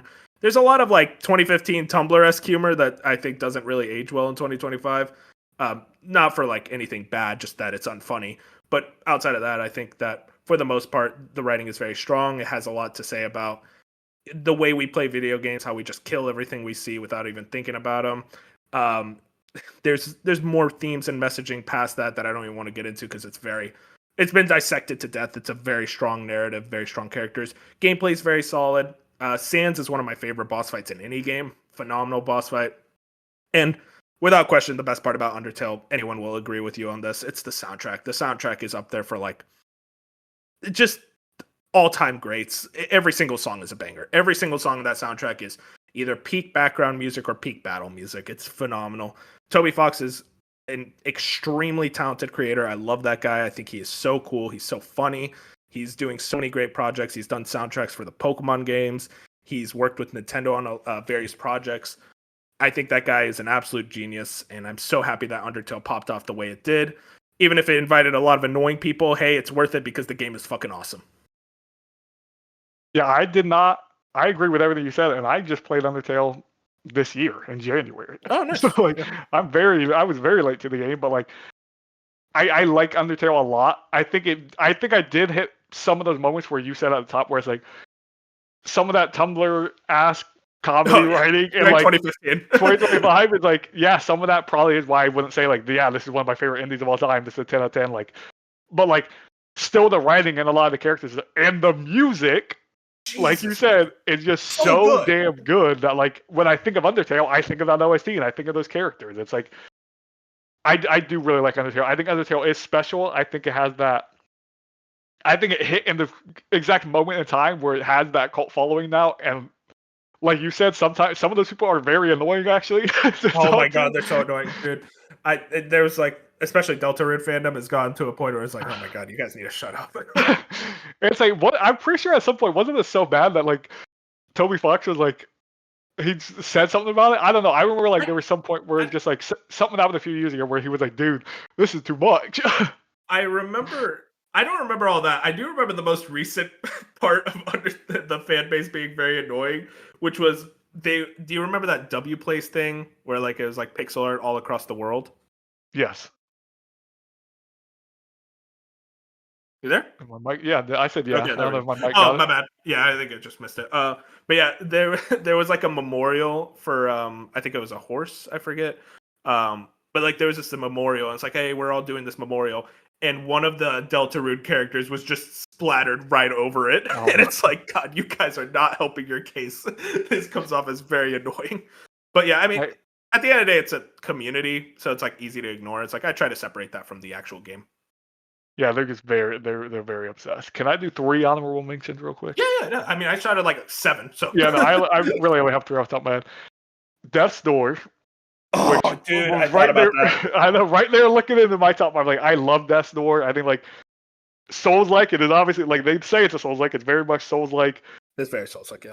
Like you play as this crow that's trying to bring people to death that just refuse to die. They're just like, no, I'm not Yeah. gonna die, bro. I'm It says a lot about like the afterlife and like the yes, like it's acceptance of death. It's a very special game. but the art style and the music again, Oh my god, starting to realize indies just do music better than anybody. Like they dude, just put yeah, all their budget into the OST. They find these indie creators, they find these underground artists, but like Death's Door soundtrack to me is just so good, and that art yeah. style and everything. Like the discovery in Death's Door, the combat again, one of those basic things, kind of like Hollow Knight, pretty basic combat system, but it just feels so good with the boss designs that it's just like Hmm. it fits, it works. The bosses aren't super like elaborate and over leveled, so it's just like a very patient game of doing the thing, like doing the combat. So like Death's Door, awesome. Yeah. I would say Sea of Stars, which is Hmm. very for some reason like it seems like the later we've gotten to Sea of Stars, like since it's been out, which is about to be 2 years now, it's like it seems like less people like it now for some reason. I don't know. I really like Sea of Stars at the time. I still like Hmm. it today. Probably the one of the best pixel art, just arts in general ever. Like Sea of Stars looks insane. The soundtrack Yeah. sounds insane. The combat of like I haven't played is it Mario RPG? Is that the one that's Yeah, based off Super of? Mario RPG. Yeah, Yeah. where it's like the combat's very much like that, where you can time your hits, you have parries, all that stuff, and this little turn-based fun stuff. Like the combat is awesome. It does maybe overstay its welcome by a few hours. It is a pretty long game for the style game it is. It's like 27 hours or something around there. So Oh like yeah, that's chunky. I would just say maybe it should have been 5 hours or so less, but like I really like that game. And then lastly, another Super Giant joint, which I could put every Super Giant game on this list if I wanted to. Hell But I'll yeah. pick my second favorite, which is Transistor, which Oh probably yeah, I isn't don't know the too much popular about this one. pick. But like I can't even explain the combat system because it's very unique. But like to me, it's that thing of this almost feels like Is this the a volleyball one? no, that's Pyre.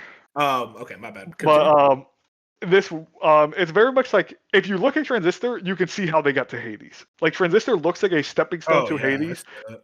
but that does not give Transistor enough credit. Like Transistor is it's actually my favorite Supergiant OST, even Oh above wow. Hades. Like I adore that OST. Like it has a fantastic OST, fantastically voiced. Like it's just you play as this girl named Red, and your sword talks to you. Like you have this talking sword, and there's just this entire storyline. The world they created is just so like it's The fuck? futuristic, like end of the world type stuff, but it's just like it's so fantastic. The combat Does won't she be for everyone.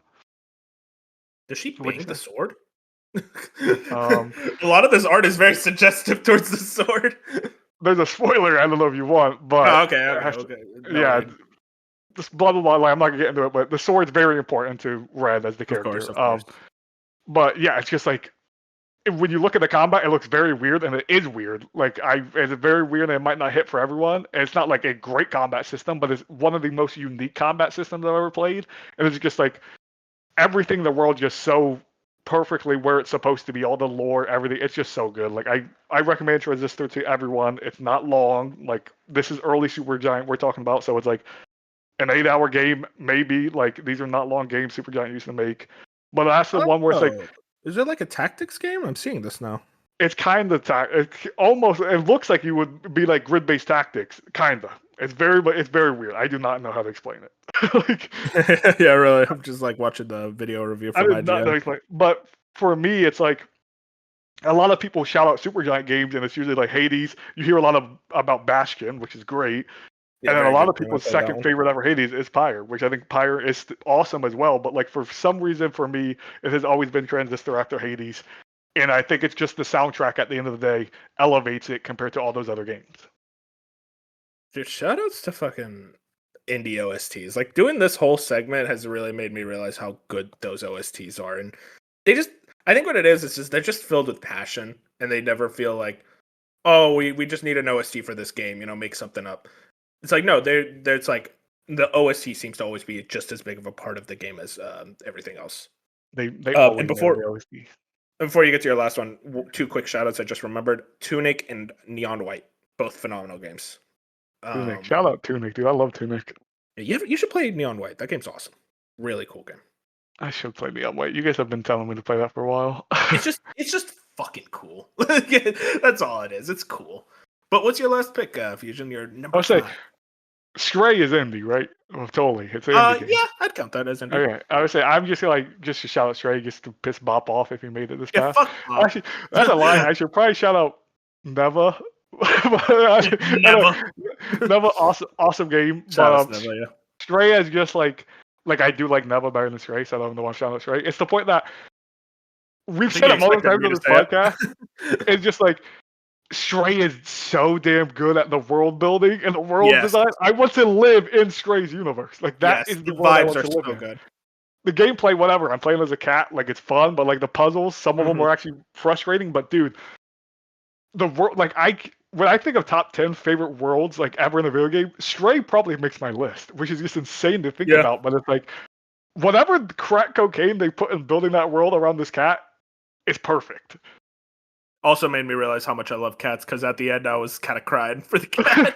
I'm like, I love this cat so much. I don't even know his name.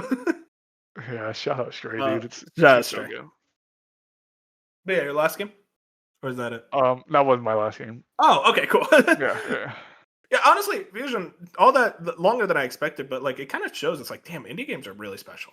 They are doing things that I think what the thing I always say about indie games is like they're able to do things that AAA games literally can't do. And it leads to games that are so much more passion filled, these projects that people will literally rely their entire life on this thing actually coming out. Where I think Team Cherry even talked about with Hollow Knight. It's like, yeah, we had to eat like leftover triangle sandwiches from work parties that our friends would bring over because we had no money. We were putting all of our bets onto Hollow Knight, and it's like it sucks that like hundreds of indie games go unnoticed and they don't make the money that they need to. But also, just as many get noticed, get the pickup, and are absolutely awesome. Shout outs to indie games. Those developers are really carrying the industry right now, in my opinion. And if you, yeah, especially in today, and like, if you're someone listening this late and you haven't played any of these games, please play all of them. Like, they're all Yeah, fantastic. they're all worth it. I will say also, just quick, I know it's very controversial for a lot of people if Ori is an indie game. I'd say Ori that and the Blind counts. Forest and I'd Ori count and Will that of as Wisp. indie. If we're counting them as indie games, Will of the Wisp would be in my top 5. I think that game, next to Hollow Knight, is my second favorite Metroidvania ever. Like, Will of the Wisp is absolutely a masterful. Like the art style and music. Talk about that game. Yeah. That game has it all. Like I know you haven't got to them yet, but like they are fantastic. Yeah, and real quick shout out Shovel Knight, awesome game. Cannot wait for Mina the Hollower. It's all I think about. You And dream about it. yeah, I dream about it. And Enter the Gungeon, really solid roguelike. But yeah, that's what I mean. It's like there's so many indie games that I'm forgetting them now. It's so There's so cool. many, and there's so many good ones. There's not even just so many other games. There's so many genuinely great, fantastic. These are like games that like should be up there with the greatest games of all time, but a lot of people would never experience them because they're a small indie game, and Oh, I don't a want to lot play of them. people just play AAA Call of Duty. So, AAA slop. Let's be real. yeah. Yeah, it's like if you're sitting here going like, man, gaming is dead, gaming is in a bad spot. First of all, like you got to play more games in general. But second of all, it's like check out indie games, man. They're doing what you want that you keep saying you want. Let's get into what we've been playing. You talked a bit about Hollow Knight Silksong at the top of the show, Fusion, but did you have any more things you want to shout out about the game? I will just say, so far, everything and more. You know, I mean, like, I'm 10 hours in, which I know that is a lot when the games like just came out yesterday. So that just shows how That's much. Where it's like, crazy.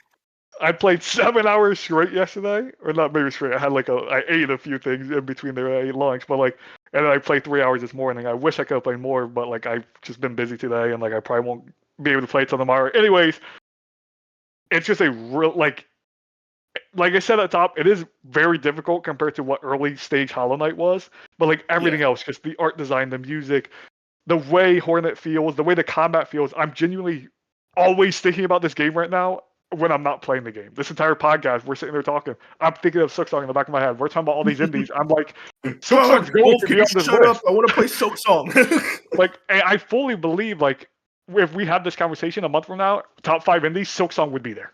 Like, that's how good these first 10 hours are for me. Like, it's just like they're nailing it, dude. They are doing what Hollow Knight is, except a bigger, more vast. I have no idea how big this game is, but again, 10 hours in, I don't feel like I'm close to where I'm supposed to be honest. So like, I'm a little scared. It's very, very large, but it's just doing it all. It is doing. They finally delivered after all these years of waiting. Everyone's speculating, and people were being like, "Oh, is it actually going to be as good as it is? Can they deliver?" I think with the Steam numbers we talked about, with how many people genuinely enjoying it, I think they've delivered and more. And I cannot wait to just keep playing this game and hopefully like a week from now be able to come back on the podcast, 2 weeks from now, and then like give a proper review of how much I love this game. Or it might completely fall off in 10 hours and it might be bad. So this game sucks actually. Yeah. I wanted to ask you, the big controversy right now is the difficulty. How you find that? It is very. I'm in a weird spot because like so far it hasn't been like one of the hardest games I ever played, obviously, but like it is a spot where there's a lot more double damage in this game than Hollow Knight ever had. Double damage and like Hollow Knight, for if someone that I know, like double damage just means like you get hit for 2 masks instead of 1. Like usually in early game Hollow Knight, guys. Yeah, or even in like probably the first 20 hours of Hollow Knight, you rarely run into double damage. You will run into double damage within the first 20 minutes of this game. And it's like, that's asking for a lot. You have to be really good, but it's not like anything where it's like, oh, this is frustrating and unfair. It's just like, when you were talking about earlier with Hollow Knight and the Mantis Lord and being patient, just be patient in these fights. You know what I mean? Take your time. It still has that very chess game in these fights where it's just like, read the boss pattern, figure out the boss pattern. I would say the most unfair stuff. Granted, I am stuck on the boss right now, but the more like, I would say it just feels harder to maneuver this world than it did in Hollow Knight. Like getting from point A to point B right now is like you're getting ganked by like 7 things. Everything in Hollow Knight had a very basic, like when you were a normal enemy, you had a very basic hit pattern, like you're just a little guy. Moves. Yeah. In this, it feels like everything attacking you has like 7 different moves, and they're coming at you. They're coming at you at different angles, and they're putting a lot on the screen because in this game you have more agility, you have more moves to like soar in the sky and dash and do all of this other stuff. So like the game expects you to move around and be faster, but because you are fast in all this, it feels like they made the enemies faster and all this other stuff. So like that's a little frustrating, and a lot of people are getting frustrated with. In Hollow Knight, you have the downward. I literally unlocked pogo it. stick, like the downward pogo stick. Where it's like that's you have your down hit is a pogo stick that goes straight down. Okay, I know what you're talking about. Yeah, that. And like you can abuse the hell out of that in Hollow Knight. You can beat a lot of bosses by just pogo sticking them. Like you truthfully can. And there this was one game, boss I was stuck on, and I needed the pogo stick, and I just destroyed him. Yeah, and people love the pogo stick, especially hardcore Hollow Knight fans. They love that move. This game, it doesn't go straight down anymore. It's at a 45-degree diagonal. Oh no! And that it takes a lot getting used to, especially like in platforming. So imagine platforming off of like jump things, but now you have the time instead of just going down 45-degree angle. That is difficult, and that can feel really not fun at times. There's ways around it and all this stuff I'm not going to get into, but like those are the biggest things I'm hearing complaints about right now. But for mostly everyone else I've talked to and what I'm actually seeing online, it's like people are genuinely obsessed with this game. And like, oh yeah, like I said at the top of the show, the fact that Tim Geddes and Greg Millers of the world, even Snowbike Mike was like, I played 90 minutes straight on my Steam Deck and loved it. Like, I don't think all these people will stick around for 30 hours that I expect this game to be, because it is really difficult and a lot of these players will hit a wall probably. But I do hope it hits the Elden. I hope it hits the Elden Ring type of thing, where it's like it's so good that you just power through the difficulty. Of course, like, yeah. And I think people are going to do that for this because people love Hollow Knight. People were powering through the difficulty of that game. They want to be good and play through Silksong and do that because I think this is kind of what the Hollow Knight fan base wanted is like more difficult challenges after all the updates of Hollow Knight that already added very difficult stuff. And it's like I didn't even touch on the exploration, but the exploration is just so like it's so good. I'm picking up quests. Like I have a quest log Oh now. Like I'm wow. doing like there's so many different things where it's just like yeah I'm doing like I'm picking up I meet an NPC. I'm getting a quest from them, and they do that thing where like FromSoft does where it's like if you don't talk to them 4 times, they don't give you the quest. Like, Hell yeah. you have to sit there and like actually actively, you have to actively engage with these characters around the world to get this stuff. Then you come back and they give you a sick ass reward. And it's like there's an actual notice board in this game, kind of like Witcher contracts. And it's like these things are making the experience so much better, which I would have never even thought about that Hollow Knight needed. And it's like, sure, the game could have been just as great without this stuff, but it's like these little quality of life and just new elements and features makes me feel like I can enjoy this game for like, I hope it's 30 plus more hours. Like, I genuinely don't want this to end. Yeah. Shoutouts, dude. No, it's awesome what Team Cherry has done. And everything you're saying is like, hell yeah, that's all things that I kind of wanted Hollow Knight to do. My one thing about Hollow Knight is the map system. I'm not the biggest fan of it. I don't want to get too in depth with it, but like just generally, like I feel like it could have been better handled. Mainly, my main thing is like I just wish the map would fill out as I go through the areas instead of having to go to a bench. That's like my one thing. Is there any changes to the map system, or is it kind of the exact same? It's as far as I know, the exact same. It's like you find a map guy, map person, buy the map. You still I would say the difference is in Hollow Knight, it took a while to like unlock some of the like compass and all that, where it's like you show up on the map and like your character you can see it now. You unlock a lot of that stuff very early in this, or you can like if you buy it, you can unlock a lot of that stuff. It still does that thing where your map does not update until you're on a bench. Like you have to get to a bench for whatever you just did to update. Which I know is frustrating for a lot of people. Which sounds like you don't like. I really like that feature for some reason. Yeah, I mean, like there's times it is frustrating, but like I love the idea of like entering a new area, and then the first thing on my mind is like I gotta find the map guy. Like, I gotta go find the map dude. Like I gotta find the map. And, like obviously, I remember even in Hollow Knight being times where like I genuinely had to look up where the hell is the dude with the map because I couldn't find him like in the area. Yes, the royal chamber with like the underwater like pipe system. I could not find him there. I had to yeah. So it's like things like that can be frustrating. It's like I'm doing all this just for a map, but like I think it adds an element of I guess difficulty that like fits the game and fits the world. Yeah, 100%. This game sounds awesome, Fusion. I want to play it right now. I want to play more Hollow Knight, dude. It's like this sounds so much fun. Really, shout outs to Team Cherry. It seems like they kind of nailed it. And there's like 500k people that seem to agree, and they're all playing the game at the same time, which is pretty psychotic. And it's not even clear like the Nintendo, the PlayStation, the Game Pass numbers. Like this is a massive, massive deal of a game. Probably the biggest game launch of the year, which is kind of crazy that an indie game is doing that. An indie game made by like 3 dudes. I cannot wait for you to experience this because obviously I'm not gonna say what the boss was, but yesterday it took me about 13 tries for this boss, but on my 13th try it was just that thing of like everything felt so in motion. I did it perfectly where it's just like it felt like I understand Souls like whatever I'm gonna say. It felt like when you fight those FromSoft game, like in those FromSoft games or any Souls like game where it's like you've learned the pattern, it's your 13th time, just go in there and do the damn thing. And you can go in there and you basically perfect it. You barely get hit this time, and it just feels like a chess match of you waiting, being patient, dodging. And then because this game, like I said, Hornet's way more elusive than the Knight and Hollow Knight, it just feels like in even more of a chess match and even more of just poetry in motion. Can't wait. Really awesome. Shout out to Team Cherry yet again. The game I've been playing the last week, I finished it in about 3 days, is Metal Gear Solid Delta Snake Eater. The remake for MGS3, one of my favorite games of all time, one of my favorite, arguably my favorite franchise, right up there with Uncharted.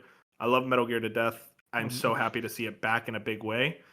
Recently, I didn't put this on the doc, but Konami announced that it hit 1 million in about a day or so. A couple of days if you count the early access period, which is phenomenal. Really, really good sales numbers. It makes me hopeful that this game's going to sell well. As a remake, I am thoroughly satisfied and happy. I look at this as another way to play one of my favorite games of all time. It's not a replacement. I don't view remakes as replacements. I view them as another way to play an all-time great and get more people into a franchise I adore. And I think this game's going to get people into this franchise. I think Snake Eater is not my favorite Metal Gear game. It's like number 2. Sometimes number 3 depends on the day, really. But it's arguably the most digestible narrative. It has some of the most powerful emotional scenes. It has, in my opinion, the best ending in any video game, like hands down, not even a debate. I is a very, very powerful game for me. So remaking it is a very tall undertaking, and I think they did it mostly well. I'm gonna say this right off the bat. There have been a lot of controversy about the performance, and I'll say this as someone who has played on base PS5. Base PS5. I've not played the PC version. I think it runs fine. I think it's slightly overblown, at least for the PS5 version. I think it. There are definitely frame dips. I've noticed them at certain points, but they were not severe. They lasted pretty, like they were pretty in and out kind of frame dips.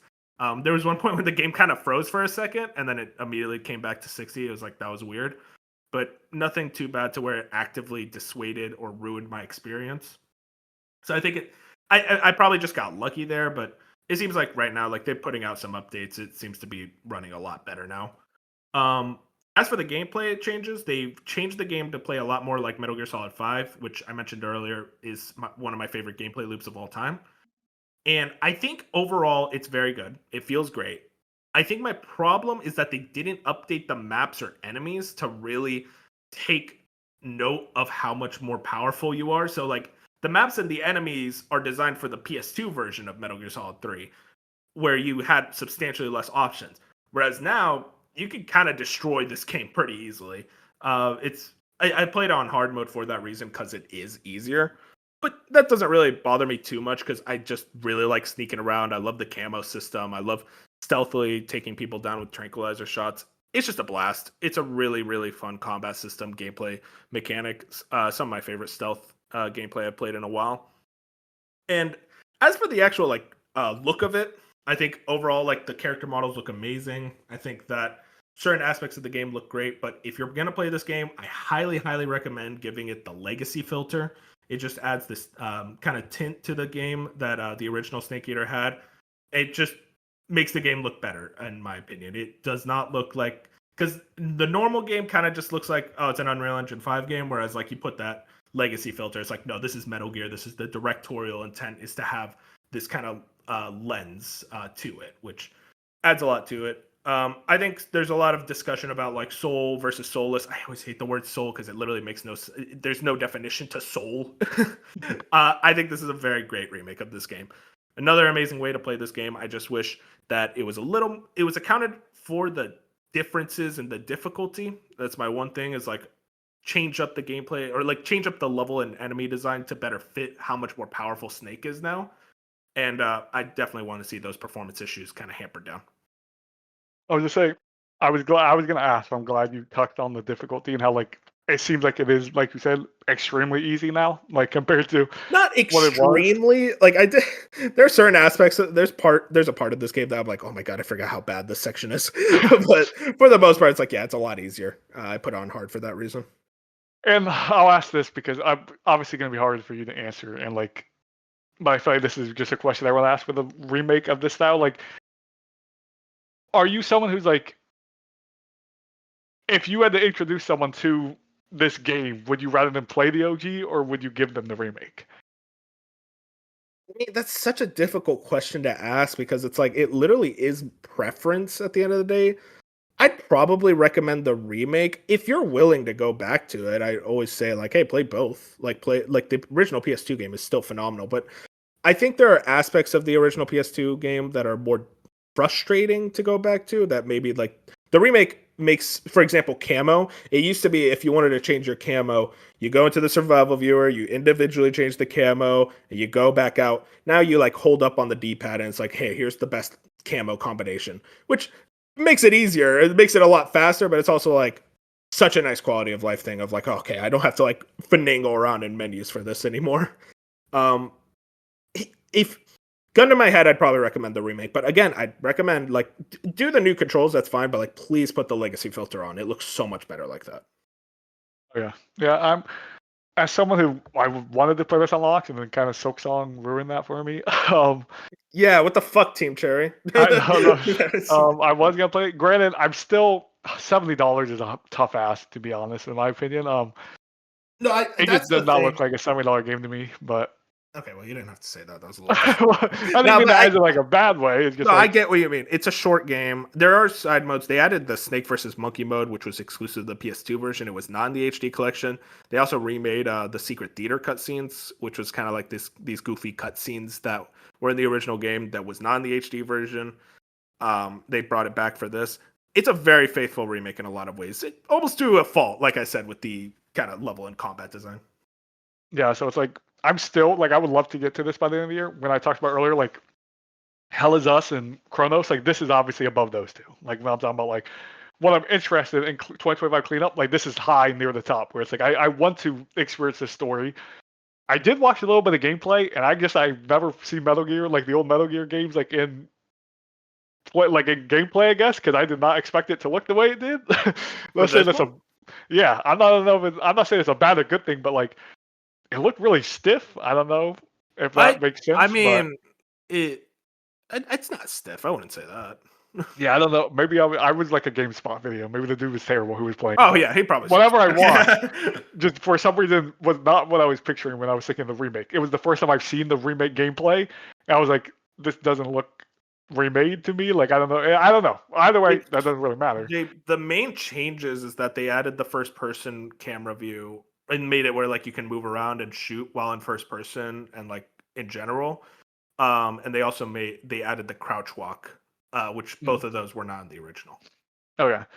But yeah, like this is still definitely I want to experience the story because like you and millions of other people have said like this is one of the best stories in gaming. Like I've heard it nonstop. So I was like I would like to play it. Like and I'm happy for you as big of a Metal Gear fan as you are, even more than Uncharted. You hate your other child. Oh, okay. Let's calm down, all right?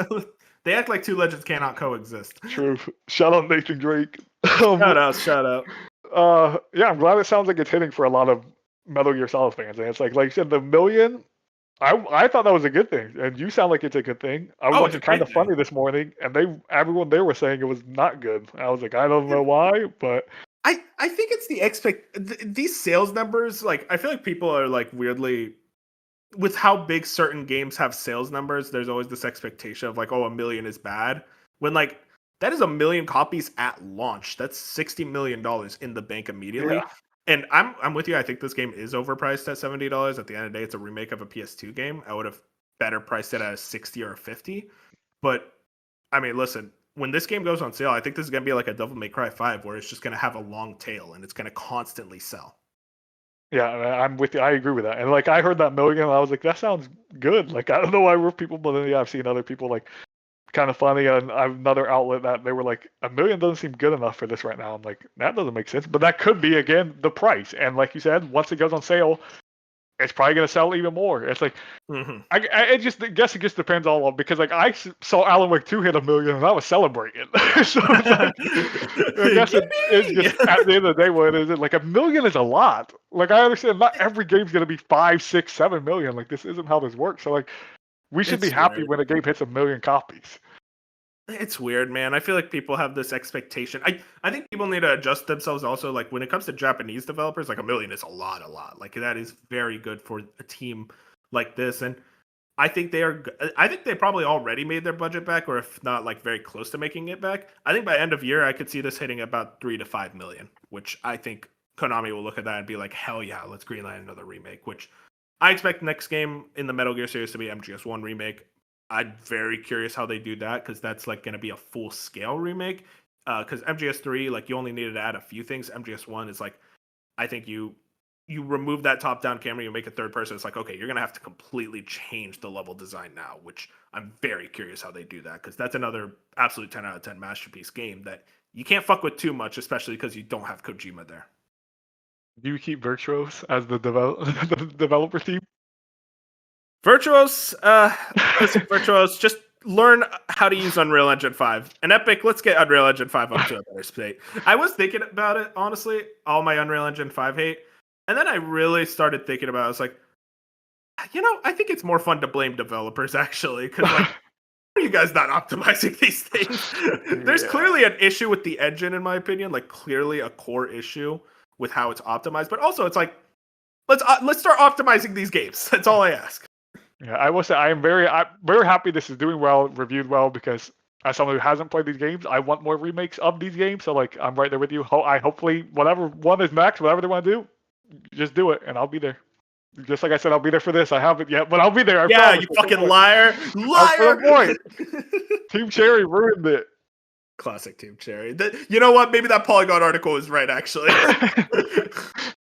But yeah, that's it. Talked a lot, Fusion. I am tired. I'm gonna get my throat some water. We've been yapping for a while, but I had a ton of fun. Great time talking about indie games, talking about Silksong, talking about Metal Gear. Kind of like my favorite things ever, actually. So very good. No, we just need to watch the Uncharted 4 commercial in the middle of this episode, and we would have been 10 for 10. Dude, shout out to that commercial. Holy shit. With the fucking coin. Yeah. Oh, dude. Oh, I'm gonna watch that again after the podcast. Yeah, thank you for joining me, Fusion. Yeah, it was fun. This felt like the perfect episode of doing the Silksong, and then your topic was great with the top 5 indies. It was fun to talk about it. Oh yeah, man. Well, if you guys want to find us, we're on YouTube, Spotify, Apple Podcasts. Like the podcast, helps us out a ton, and follow us on Twitter and Blue Sky at A Slice of Gaming. With that, we're saying good night. See you later, everybody. See ya. Go play indies. Support more indie devs. Indie games.